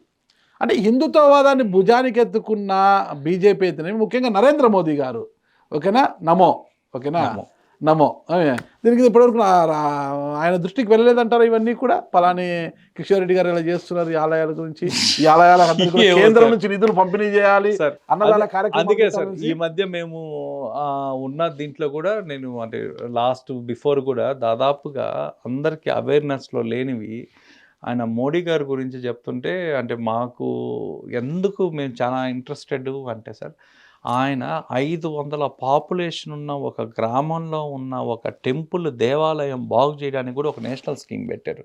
ఇలా దాదాపుగా 47 నేషనల్ స్కీమ్స్ ఒక దేవాలయాన్ని బాగుపరచడానికి పెట్టారు. 200 నేషనల్ స్కీమ్స్ ఒక విలేజ్ను బాగుపడడానికి పెట్టారు. అది ఏం sir, maximum 70% central government contribution అయితే 30% స్టేట్ గవర్నమెంట్ కంట్రిబ్యూషన్తో. ఆదరణ పథకం తప్పితే ఎవరికి ఈ స్కీమ్స్ అని తెలియదు కదా, మరి ఇన్ని పథకాలు ఉన్నాయా సార్? మీకు ఇంకొక 3-4 డేస్లో చూడండి సార్, ఇంకొక 47 నేషనల్ స్కీమ్స్ అసలు టోటల్గా ఆ నిధులు మనం వాడుకోక వాటిని అసలు ఉన్నాయా లేవా అనే ఒక ఈ దీంట్లో అవన్నీ 2 స్కీమ్స్ ఒక్కొక్క స్కీమ్గా మెర్జ్ అయిపోయాయి. ఆ ఫండ్స్ అన్నీ మాకు అప్పుడు మాకు గవర్నమెంట్లో యాక్సెస్ లేవు. మేము ఒక ప్రైవేట్ వ్యక్తులుగా మాకు ఒక దేవాలయానికి పోయి ఒక ఇన్ఫర్మేషన్ తెచ్చుకోవడానికి కూడా మాకు సార్ ఏఎస్ఐ వాళ్ళతో దెబ్బలు తిన్నాం, ఎండోమెంట్ వాళ్ళ దగ్గర. ఆ తర్వాత లాస్ట్కి నేషనల్ స్కీమ్స్ మీద వర్క్ చేసాం. మేము నేషనల్ స్కీమ్స్ మీద వర్క్ చేస్తే మాకు ఫైనాన్స్లో చాలా రిక్వెస్ట్లు పెట్టాం. సార్ మాకు ఈ నేషనల్ స్కీమ్ ఒకటి ఉంది, ఈ నేషనల్ స్కీమ్లో ఎంత బడ్జెట్ ఉంది, నెక్స్ట్ ఈ బడ్జెట్లో మనకెంత వాడుకున్నారు, ఎంత మిగిలింది, నెక్స్ట్ ఇయర్ దీని. సో ఈ డేటా తీసుకోవడానికి దాదాపు 8 నెలలు ఢిల్లీలో కూర్చోవాల్సి వచ్చింది సార్. కూర్చున్నాం, ఆ డేటా రాలా, స్కీమ్స్ మాత్రం బయటకు వచ్చాయి, అసలు ఏమేమి స్కీమ్స్ ఉన్నాయి అనేది. సో మొన్న చాలా డీటెయిల్డ్గా మనం టెంపుల్ పైన చేసాం సార్, మేము వేరే దీంట్లో చేసాము. ఆ 47 స్కీమ్స్ మీకు మొత్తం ఒక్కో దాని గురించి అసలు ఆ డిజైను, ఆ ఫ్రేము చూస్తే నిజంగా మోడీ గారికి చేతులెత్తి దండం పెట్టాల్సిందే సార్. అది ఎవరున్నా కానీ నిజంగా చేతులెత్తి, ఎందుకంటే ఎంత కీన్గా ఆలోచించారంటే అంత కీన్గా ఆలోచించారు సార్. అంటే ఒక బీపీఎల్ బిలో పవర్టీ లైన్లో ఉన్న వ్యక్తి వాడు పెళ్లి చేసుకుంటే కూడా దాదాపుగా ఒక గిఫ్ట్ కింద 50,000 ఇస్తున్నారు సార్, ఒక లోన్ కింద. సబ్సిడీలు, కోఆపరేటివ్ బ్యాంక్స్, అసలు ఒక్కొక్క స్కీము నిజంగా వాళ్ళు డిజైన్ చేసిన విధానాన్ని మాత్రం నిజంగా మెచ్చుకోవాలి సార్. అంటే కొన్ని పాత స్కీమ్స్ ఉన్నాయి, వాటికి ఎక్స్ట్రా ఫోర్స్ ఇచ్చి కూడా మళ్ళీ కొత్త స్కీమ్స్ పెట్టారు. ఇవన్నీ కానీ మోడీ గారు వచ్చినప్పటి నుంచే వచ్చాయి సార్. ఇవి ఇంకొకటి విన్నానండి మీ దగ్గర నుంచి నేను, చిదంబరం టెంపుల్ స్వర్ణకర్ష కాలభైరవ ఆలయం, అంటే దీని యొక్క ప్రత్యేకత ఏంటి? ఆలయాన్ని దర్శించడం వల్ల వచ్చే ప్రయోజనం ఇది స్వర్ణాకర్ష భైరవుడు అనేది చిదంబరంలో ప్రత్యేకమైన ఆలయం ఏం లేదు సార్. మెయిన్ గర్భగుడి ముందరే మీకు లెఫ్ట్ సైడ్లో మెయిన్ ఆలయం దేవుడి దగ్గరే లెఫ్ట్ సైడ్లో ఒక చిన్న విగ్రహ రూపంలో ఉంటాడు. ఈ స్వర్ణాకర్ష భైరవుడు అనేది ఇది కూడా సార్ చాలా మందికి తెలియంది. ఇది ఇతను కాలభైరవుడు దాదాపు ఒక 3,000 సంవత్సరాల క్రితం అక్కడ వాళ్ళకందరికీ కరువులు వచ్చి, అక్కడున్న ఆలయ పూజారులకు కానీ అక్కడున్న రాజ్యంలో వాళ్ళందరూ కరువులు వస్తే శివుణ్ణి ప్రార్థిస్తారు. శివుణ్ణి ప్రార్థించిన తర్వాత అతను కాలభైరవుడిగా మారుతాడు. కాలభైరవుడిగా మారిన తర్వాత అతనికి బిల్వ పత్రాలతో అభిషేకం చేస్తారు శివుడికి. ఆ బిల్వ పత్రాలతో అభిషేకం చేయగానే అవి బంగారు ఆకులుగా వచ్చాయి. బిల్వాన్ని బంగారుగా మార్చిన భైరవుల్లో ఉన్న భైరవుడు ఎవరు అంటే స్వర్ణాకర్ష భైరవుడు. సో అప్పటి నుంచి ఆ స్థలం ఎందుకు ప్రశస్తం అంటే అతను కరువు సమయాల్లో ఆ బిల్వాకులతో అర్చన చేయగానే బంగారు ఆకులుగా ఇచ్చాడు కాబట్టి ఇక్కడికి వచ్చి అభిషేకం చేసిన వాళ్ళందరికీ కూడా ఫైనాన్షియల్ దగ్గర నుంచి రిలీఫ్. రాజులు ఆ కాలాల్లో వాళ్ళు ఈ ఆలయానికి వచ్చి స్వర్ణాకర్ష భైరవుడికి శనివారము ప్లస్ సోమవారాల పూట వాళ్ళు అభిషేకాలు చేసేవాళ్ళు. అభిషేకాలు చేసి ఆ కరువు లేకుండా ఫైనాన్షియల్ స్ట్రెస్ లేకుండా క్లియర్ అయ్యేవాళ్ళు. అందుకే ఇక్కడికి వచ్చి అక్కడ అభిషేకం చేయించడం వల్ల వాళ్ళకి ఫైనాన్షియల్ రిలీఫ్ అనేది ఉంటుంది అక్కడ. పోతే శృంగేరి పీఠంలో అది ఆదిశంకరాచార్యులు తీసుకొచ్చిన శివలింగం అక్కడ ప్రతిష్ఠించారనేది అంటారు కదా సార్. అది ఒక కథ. యాక్చువల్గా ఆయన కైలాసం నుంచి తీసుకుని వచ్చి పెట్టారు అనేది అది ఆ కథ సార్, అంతే. అది ప్రమాణం కాదు. తిరుమలకు వెళ్ళేవారు చాలామంది ముఖ్యంగా కాలినడకన వెళ్ళడం వల్ల ఆ మెట్లు ఎక్కుతూ వెళ్ళడం వల్ల వచ్చే ప్రయోజనం ఏంటి? దానికి కూడా ఏదన్నా ఎనర్జీ ఏదన్నా ఉందంటారా సార్? మామూలుగా మీకు ఇంత మునుపు సాంప్రదాయం ఏంటంటే తిరుమలలో నడక యాత్రలా మీరు చేయకపోతే తిరుమల యాత్ర సంపూర్ణం కాదు అనేది శాస్త్ర ప్రమాణం. ఓకే. ఏదైనా నడక యాత్ర. నడక యాత్ర మీకు అక్కడ ఆటోమేటిక్గా అలిపిరి దగ్గర నుంచి మన బాడీలో ఉన్న ఎనర్జీ యాక్టివేషన్స్ అనేది స్టార్ట్ అవుతాయి సార్ అక్కడ తిరుమలకి. సో మీరు ఎప్పుడైతే అలిపిరిలో మీరు అడుగు పెట్టంగానే అక్కడ మీరు దిగి ఫస్ట్ నరకయాత్ర మొదలు పెట్టేటప్పుడు ఒక టెంకాయ కొట్టాలి మీరు. ఆ టెంకాయ కొట్టే ప్రదేశంలోనే ఆటోమేటిక్గా మీ మూలాధార చక్రం అనేది యాక్టివేషన్ స్టార్ట్ అవుతుంది. సో అక్కడి నుంచి మీరు నడక ఎప్పుడైతే మొదలు పెడతారో ఒక్కొక్క మెట్టుకి ఒక్కొక్క నాడి, ఒక్కొక్క ఎనర్జీ పాయింట్ ఒకటి ప్యూరిఫికేషన్ అవుతూ దాంతో పాటుగా ప్యారలల్గా యాక్టివేట్ చేసుకుంటూ నడక యాత్ర అన్నమాట అది. అంటే మీకు దాదాపుగా ఒక నడక యాత్ర అంటే కొన్ని సంవత్సరాలు తపస్సు చేసే వచ్చే ఫలితం ఒక నడకలోనే వస్తున్నది. ఆయన నడక మీ పాదాల దగ్గర నుంచి ఇందాక మనం చెప్పుకున్నట్లుగా ఎర్త్ మెటల్స్ దగ్గర నుంచి వచ్చే ఎనర్జీ ఏదైతే ఉంటుందో ఆ ఎనర్జీ ప్రసరణ అనేది మీ బాడీలో ఆటోమేటిక్గా జరగడం వల్ల ఒక్కొక్కటి ఎనర్జీ బ్లాకేజెస్ ఏమైనా ఉంటే రిలీజ్ అవుతూ యాక్టివేట్ చేసుకుంటూ మీరు ముందుకు వెళ్తుంటారు.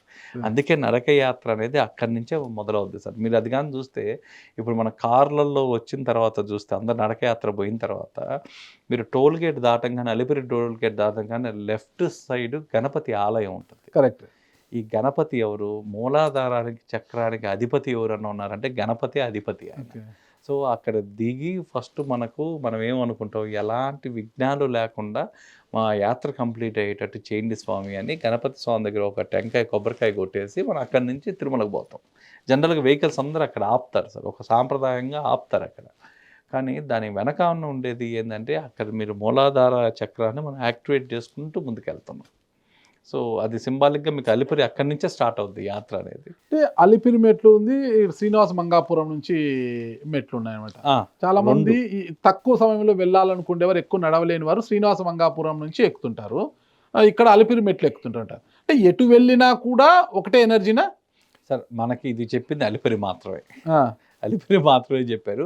శ్రీనివాస మంగాపురంకి వచ్చేసరికి ఒక పాయింట్లో దాదాపుగా 4 ఎనర్జీ పాయింట్స్ ఉన్నాయి సార్ అక్కడ. అంటే దాదాపుగా మీరు 100 మెట్లు ఫస్ట్ 100 మెట్లు ఎక్కంగానే 100 మెట్ల దగ్గర ఉండే ఎనర్జీ పాయింట్ మనలో ఉండే 3 చక్రాలు యాక్టివేట్ చేస్తుంది. ఆ తర్వాత మీకు అక్కడి నుంచి దాదాపు ఇంకొక 40 మెట్లు ఎక్కంగానే ఇంకొక ఎనర్జీ పాయింట్.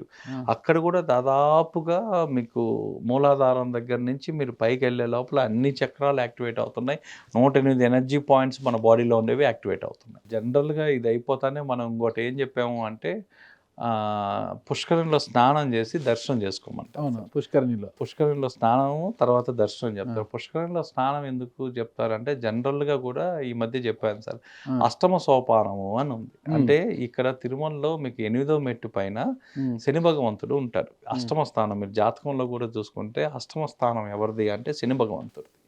కాబట్టి ఇక్కడ ఆ దిగి మీరు స్నానం చేయడం వల్ల లేదా ప్రోక్షణ చేసుకున్నా చాలు, నీళ్లు పైన చల్లుకున్నా కూడా అతను శని భగవంతుడు ఏం చెప్తాడు అంటే నాకు శని బాధల్ని నేను నివారిస్తాను అంటాడు ఇక్కడికి వచ్చి చేసుకున్న వాళ్ళకి. సో అక్కడ ఆ శని బాధలు ఎవరన్నా ఉండేవాళ్ళు ఇక్కడికి వచ్చి ఆ నీళ్లు ప్రోక్షణ చేసుకోవడం వల్ల శని బాధల నుంచి వీళ్ళు తప్పించుకుంటారు. దాంతోపాటు ఆ పక్కనే ఉన్న భూవరాహస్వామి, ఎందుకంటే ఫస్ట్ వరాహస్వామిని చూసిన తర్వాతే మీరు ఆయన చూడాలా అంటారు. ఆ వరాహస్వామి ఆలయంలో కూడా సార్ అది మామూలుగా మనం సైంటిఫిక్గా చెప్తే ఏదంటే అక్కడికి వచ్చి మీరు హారతి తీసుకోవడం వల్ల, అక్కడికి వచ్చి మీరు టైం స్పెండ్ చేయడం వల్ల మనకి దేవుడు, ఆయన సాక్షాత్ వెంకటేశ్వర స్వామి అంటే ఒక విగ్రహం కదా, ఆయన సాక్షాత్ కలియుగ దేవుడు. భగవంతుడు మన శరీరంతో చూసి ఆ ఎనర్జీ మనం స్టోర్ చేసుకోవడానికి మన బాడీకి ఒక కెపాసిటీ రావాలి. ఆ కెపాసిటీ ఎక్కడ వస్తుంది అంటే మీకు ఇక్కడ వరాహస్వామి ఆలయంలో మీరు దాదాపుగా ఒక 11 నిమిషాల నుంచి 16 నిమిషాలు ఉండడం వల్ల, ఆ హారతి ఇవన్నీ తీసుకోవడం వల్ల మీకు ఆ కెపాసిటీ వస్తుంది. ఆ కెపాసిటీ వస్తే అప్పుడు మీరు దర్శనానికి పోతే ఆ దర్శనంలో కూడా మీరు చూడండి సార్, దర్శనం ఇక్కడ దాకా ఒక్కొక్కరికి ఎంత పెద్ద విష్ లిస్ట్ ఉంటుంది. అంటే నా కోరికలు చిట్టా ఒకటి ఉంటుంది, అవతల పక్క నాకు ఏది ఉంటే ఇవన్నీ రాసుకుని వెళ్తారు. మీరు చూడండి, భగవంతుడి దగ్గరికి వెళ్ళే కొద్దీ మీ మైండ్ అంతా జీరోలోకి వెళ్ళిపోద్ది. మీరు ఏం అడగాలన్నా అక్కడ అడగలేరు. స్వామిని చూస్తూ మీరు రావడం తప్పితే, అంటే వాళ్ళకున్న కొంచెం టైంలో కూడా మీకు మైండ్ అనేది అక్కడ ఏమీ పనిచేయదు, అదొకలాంటి స్థితిలోకి వెళ్ళిపోద్ది. ఈ స్థితి షాకింగ్ ఎక్కడ బయటకు వస్తారంటే దర్శనం అయిపోయి బయటకు వచ్చేటప్పుడు అప్పుడు గుర్తుకొస్తాయి. నేను స్వామి దగ్గర అడగాలనుకున్నా, పలాంది అడగాలనుకున్నా అడగలేక కరెక్ట్. బయటకు వచ్చేసరికి నాకేం కనిపించలే. ఆయన అందము ఆయన చూడడానికే సరిపోయింది. బయటకు వచ్చాక రూపం కూడా గుర్తుండదు, ఎవరికి గుర్తు కూడా ఉండదు సార్.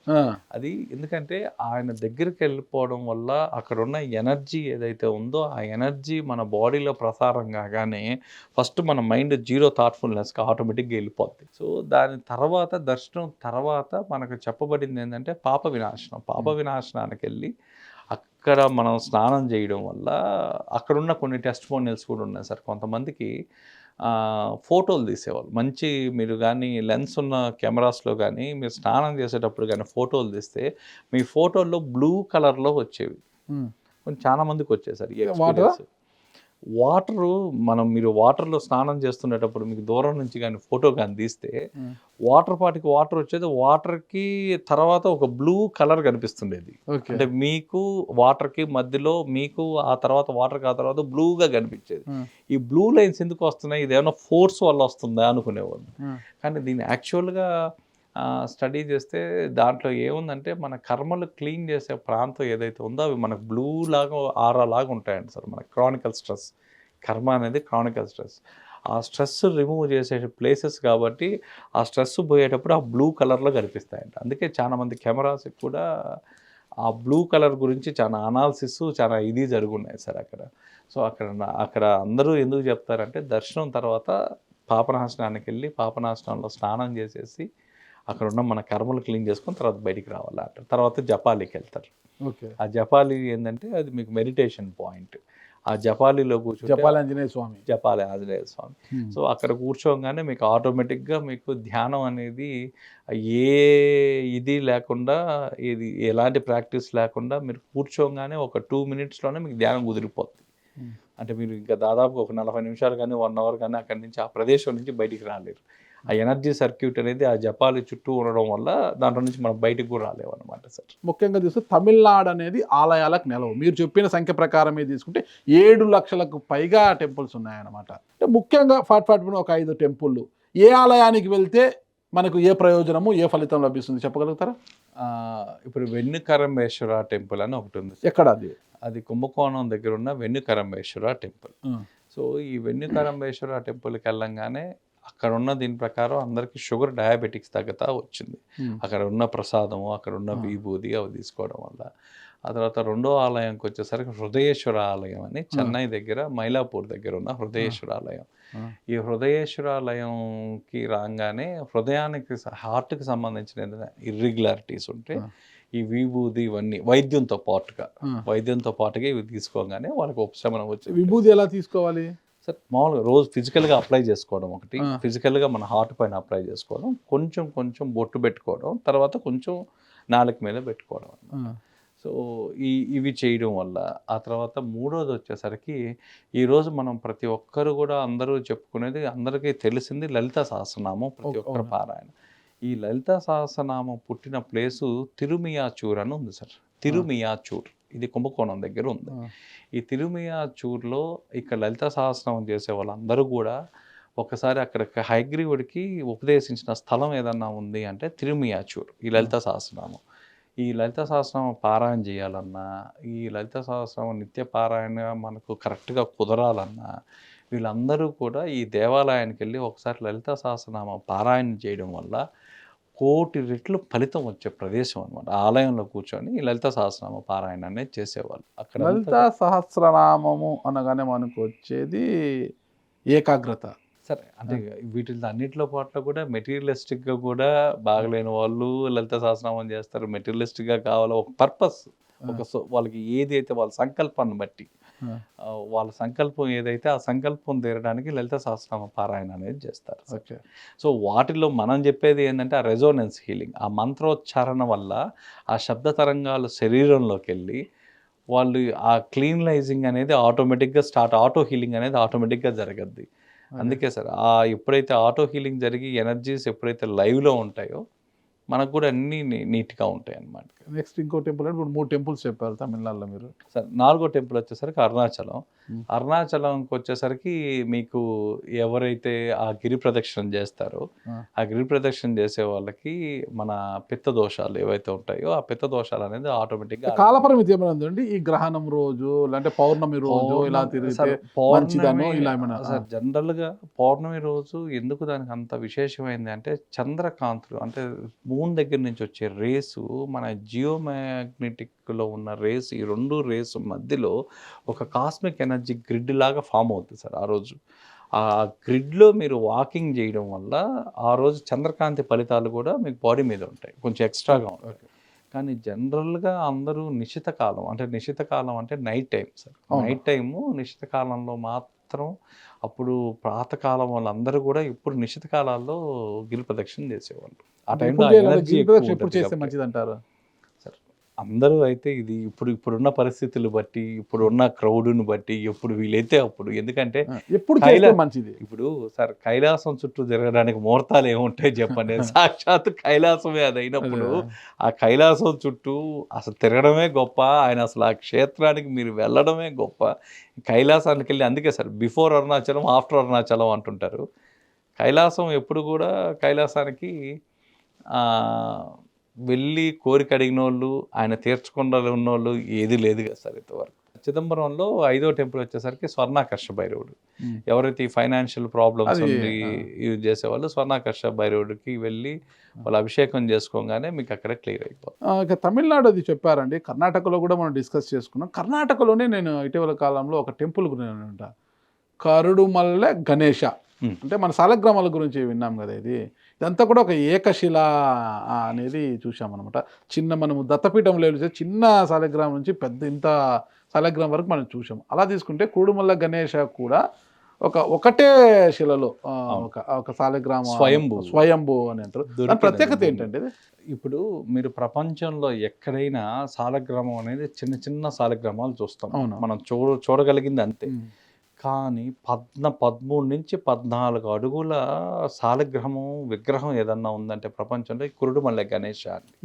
ఇది యాక్చువల్గా భూమిలో దొరికింది ఈ విగ్రహం అనేది. సో రెండోది వచ్చేసరికి స్వామి కొంచెం వంగుంటారు, ఇలా వంగుంటారు. ఆ తర్వాత పరశురాముడు వచ్చి మళ్ళీ దానికి పునఃప్రతిష్ఠ అనేది చేశారు. సో ఈ ఆలయానికి వస్తే ఏం జరగద్ది అంటే సింక్రనైజేషన్ అనేది ఉంటుందండి. మన నాడుల్లో సింక్రనైజేషన్ ఉంటుంది. అంటే సింక్రనైజేషన్ ఏంటంటే కరెక్ట్ సరైన వ్యక్తి సరైన టైంలో రావడం, ఆ సరైన వ్యక్తిని మనం కలవడం వల్ల సరైన ప్రయోజనం అయిపోవడం. అంటే ఎక్కువగా ఈ టెంపుల్ అత్యంత రహస్యంగా అందరూ కర్ణాటకలో ఉండే రాజకీయవేత్తలు అందరూ ఉపయోగించుకునే ఆలయం ఏదన్నా ఉందంటే కురుడుమల్ల గణేష. ఎందుకు ఈ రాజకీయ నాయకులకి ఎక్కువ ఇది ఎలా ఉపయోగపడుద్ది అంటే వాళ్ళు ఒక పదవి కోసమో ఒక పని కోసమో వాళ్ళు లైజనింగ్ చేయాల్సి వస్తుంది. ఇక్కడి నుంచి ఢిల్లీలోనో ఎక్కడో దగ్గర ఈ ఆలయానికి వచ్చి ఆటోమేటిక్గా ఈ స్వామికి వెన్నాభిషేకం చాలా ఇష్టం సార్ అతనికి.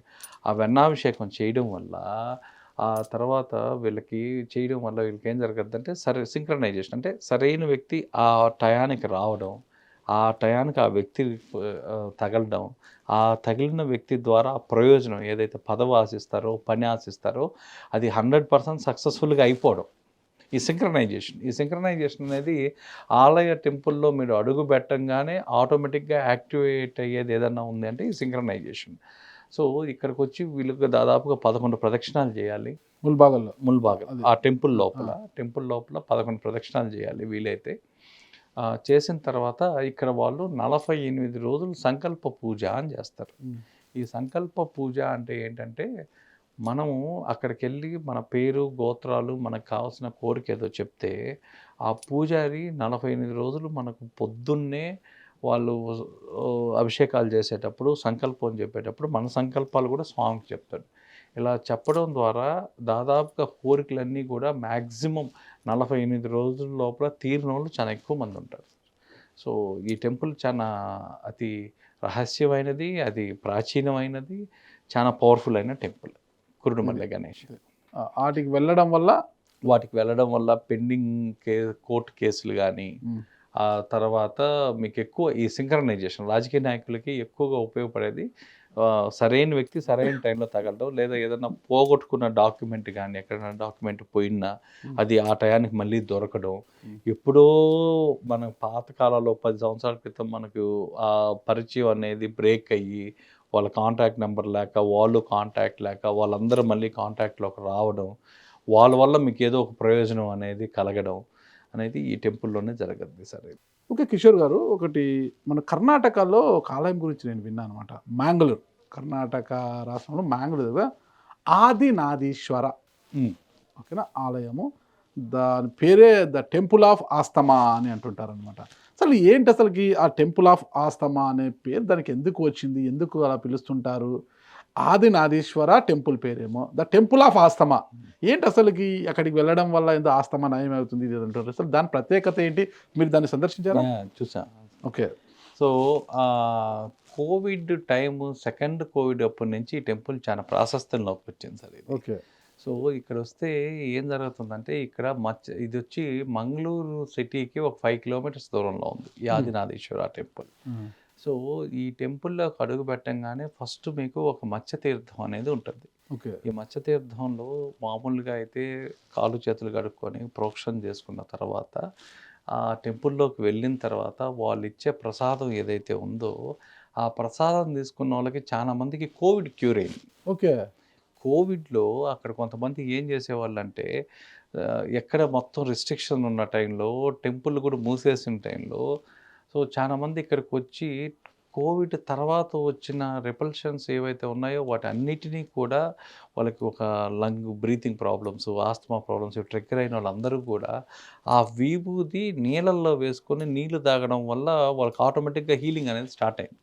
ఫస్ట్ ఆ మంగళూరు వాళ్ళు ట్రై చేశారు. తర్వాత వాళ్ళకి దాదాపుగా తర్వాత ముందు వెళ్ళి ఇవి చేయించుకుంటూ అంటే అలాంగ్ విత్ ట్రీట్మెంట్ సార్, ట్రీట్మెంట్తో పాటు ఆ తీర్థం తాగంగానే ఆ విభూది దాంట్లో వేసి తాగంగానే కొంచెం కొంచెం కొంచెం కొంచెం వాళ్ళకి ఆస్తమా తగ్గడం, ఆయాసం తగ్గడం, ఇవన్నీ తగ్గడం అంటూ స్టార్ట్ అయినాయి.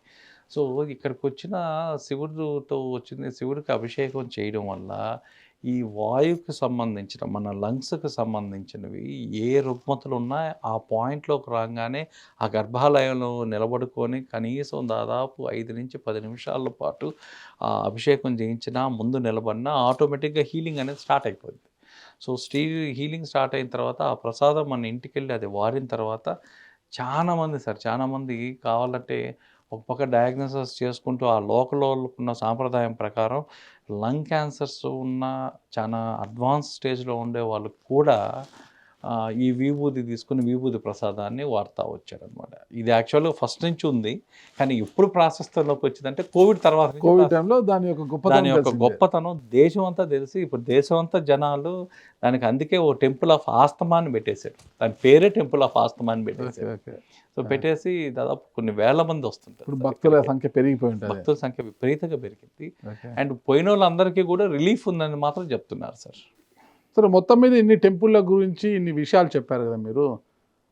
అన్ని సమస్యలకు ఒకటే టెంపుల్, ఈ టెంపుల్కి వెళ్ళండి అన్ని సమస్యలకు పరిష్కారం అని చెప్పడానికి ఒక టెంపుల్ ఉందా? మన కలియుగ భగవంతుడు తిరుమల స్వామి ఆయనే ఆయనకన్నా ఇంకేముంటుంది సార్ చెప్పండి. ఆయనే భగవంతుడే వచ్చి మన దగ్గర వచ్చి కూర్చొని ఇప్పుడు మీరు పాతకాలంలో చూస్తే మీకు భగవంతుడి కోసం కొన్ని సంవత్సరాలు తపస్సు చేసేవాళ్ళు, పుట్టలు వచ్చేసేది, రకరకాలు దానికోసం అడవులకు పోయేవాళ్ళు. ఈ యాత్ర ఈ పక్క కన్యాకుమారిలో మొదలు పెడితే కాశ్మీర్ దాకా దేవుణ్ణి ఎత్తుకొని పోయేవాళ్ళు సార్. ఈ కాలం మనం ఎందుకు అదృష్టవంతులు అంటే మన చొక్కా నలగకుండా ఏమాత్రం మనకు చెమట గారకుండా దేవుడు ఎక్కడున్నాడో తెలుసు, ఎలా వెళ్ళాలో తెలుసు, నేరుగా ఏసీలో వెళ్ళి భగవంతుడి ముందర దిగుతున్నాం మనం.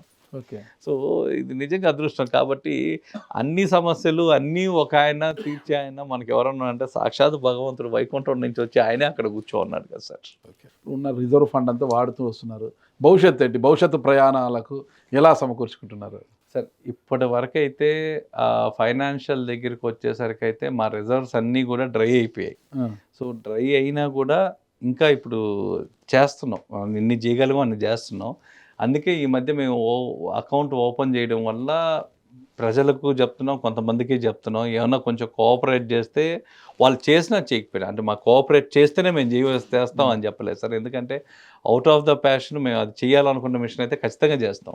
సహకరిస్తే అందరూ సహకరిస్తే ముందుకి, లేదా మేమన్నా ముందుకు వెళ్ళిపోతాం సార్. అంటే మాకు అది ఒక పెద్ద క్రైటీరియాగా మేము ఫీల్ కావట్లేదు, మాకు అదొక హర్డిల్ లాగా. ఓకే. ఓకే. మీరు ఒక ప్యాషన్గా చేస్తున్న సమాజానికి ఇతోధికంగా మీ వంతు ఎంతో కొంత మేలు జరుగుతుందని అయితే అనుకోవచ్చు మనము. ఎందుకంటే తెలియని వారికి తెలియజెప్పుతున్నారు ఆలయాల విశిష్టత గురించి, ప్రత్యేకత గురించి, పర్యాటక పరిహారిక ఆలయాల గురించి చెబుతున్నారు. చాలామందికి కూడా కొంత జ్ఞానాన్ని సముపార్జింపజేస్తున్నారు మీరంతా కూడా.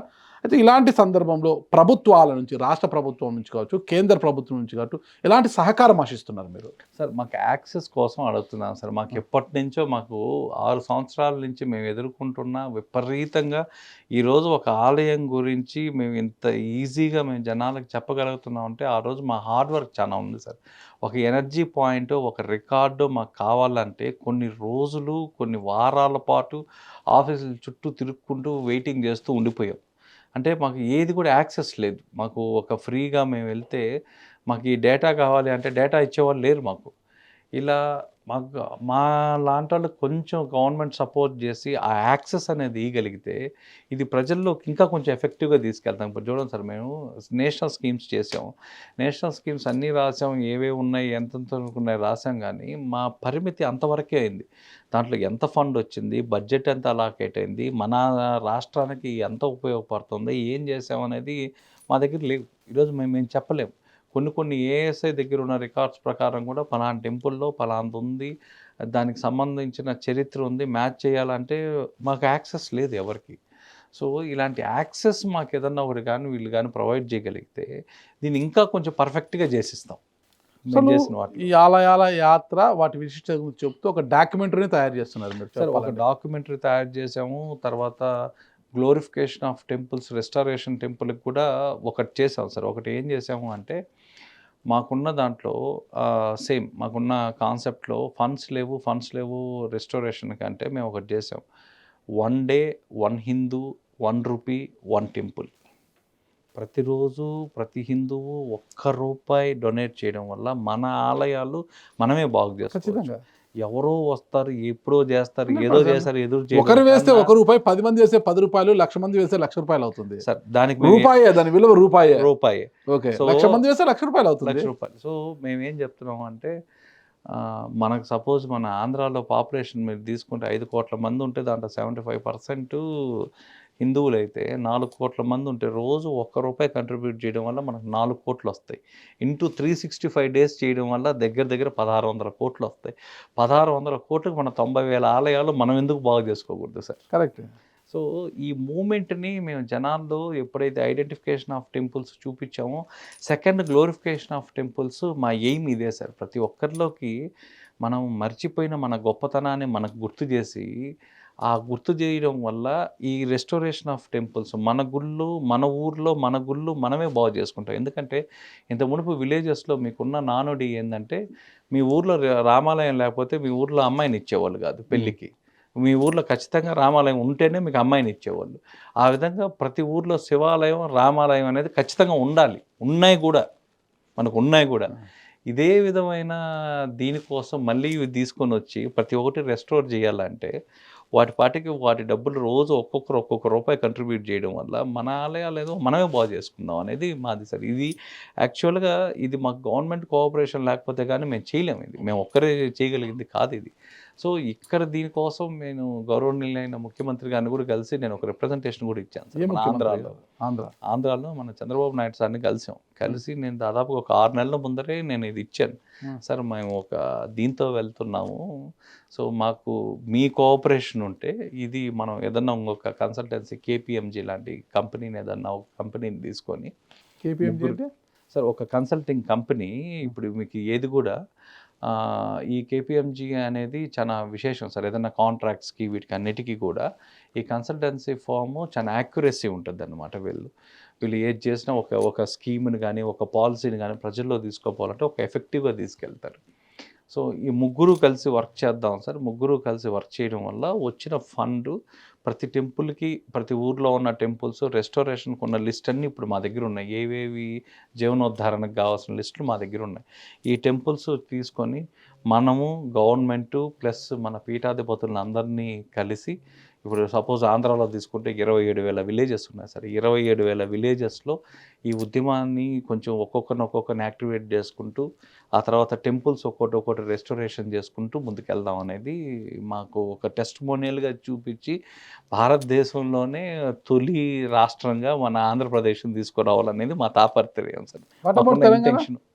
తెలంగాణను కూడా సార్ మన తెలుగు రాష్ట్రాల్లో మాకు ఏదైతే ఉందో తెలుగు రాష్ట్రాల్లో ఈ ఇనిషియేటివ్ చేయడం వల్ల ఇది మొత్తం ఒక ఇండియాకే ఒక పేరు తీసుకొని వద్దాము అని సార్. అంటే మన ఫండ్స్తో మన ఆలయాలు మనమే బాగు చేసుకున్నాం. తెలంగాణ ముఖ్యమంత్రిని కలిసారా సార్? లేదు సార్, కలవలేదు. ఆయన ఇంటర్వ్యూ కోసం వెయిట్ చేస్తున్నాం, ఇంకా మాకు ఇంటర్వ్యూ రాలేదు. ఒక మంచి లక్ష్యంతో ముందుకు పోతున్నారు మీరు. ప్రభుత్వం సహకరిస్తే ఇంకా మంచి ఫలితాలు తీసుకొచ్చే అవకాశం ఉంది.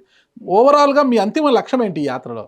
మేము కనీసం ఈ కష్టపడ అంటే మేము అనుకునేది మేము చనిపోయే లోపల కనీసం 1,00,000 దేవాలయాలు బాగు చేసి చచ్చిపోతే చాలు అనేది మా మిషన్. దానివల్ల వచ్చే లాభం ఏంటి మీకు? అంటే ఒక్కొక్కరికి ఒక్కొక్కటి సార్. ఇప్పుడు ఒక్కరికి ఒక అచీవ్మెంట్ ఉంటుంది. సో వాళ్ళు పర్సనల్గా నాకు ఒక 100 కోట్లు సంపాదించాలా అనేది ఉంటుంది. నేను 100 కోట్లు సంపాదించేస్తే దానివల్ల అచీవ్మెంట్ ఏంటంటే 100 కోట్లు వస్తే ఒక తృప్తి మిగలద్ది, లాస్ట్లో ఒక సాటిస్ఫాక్షన్.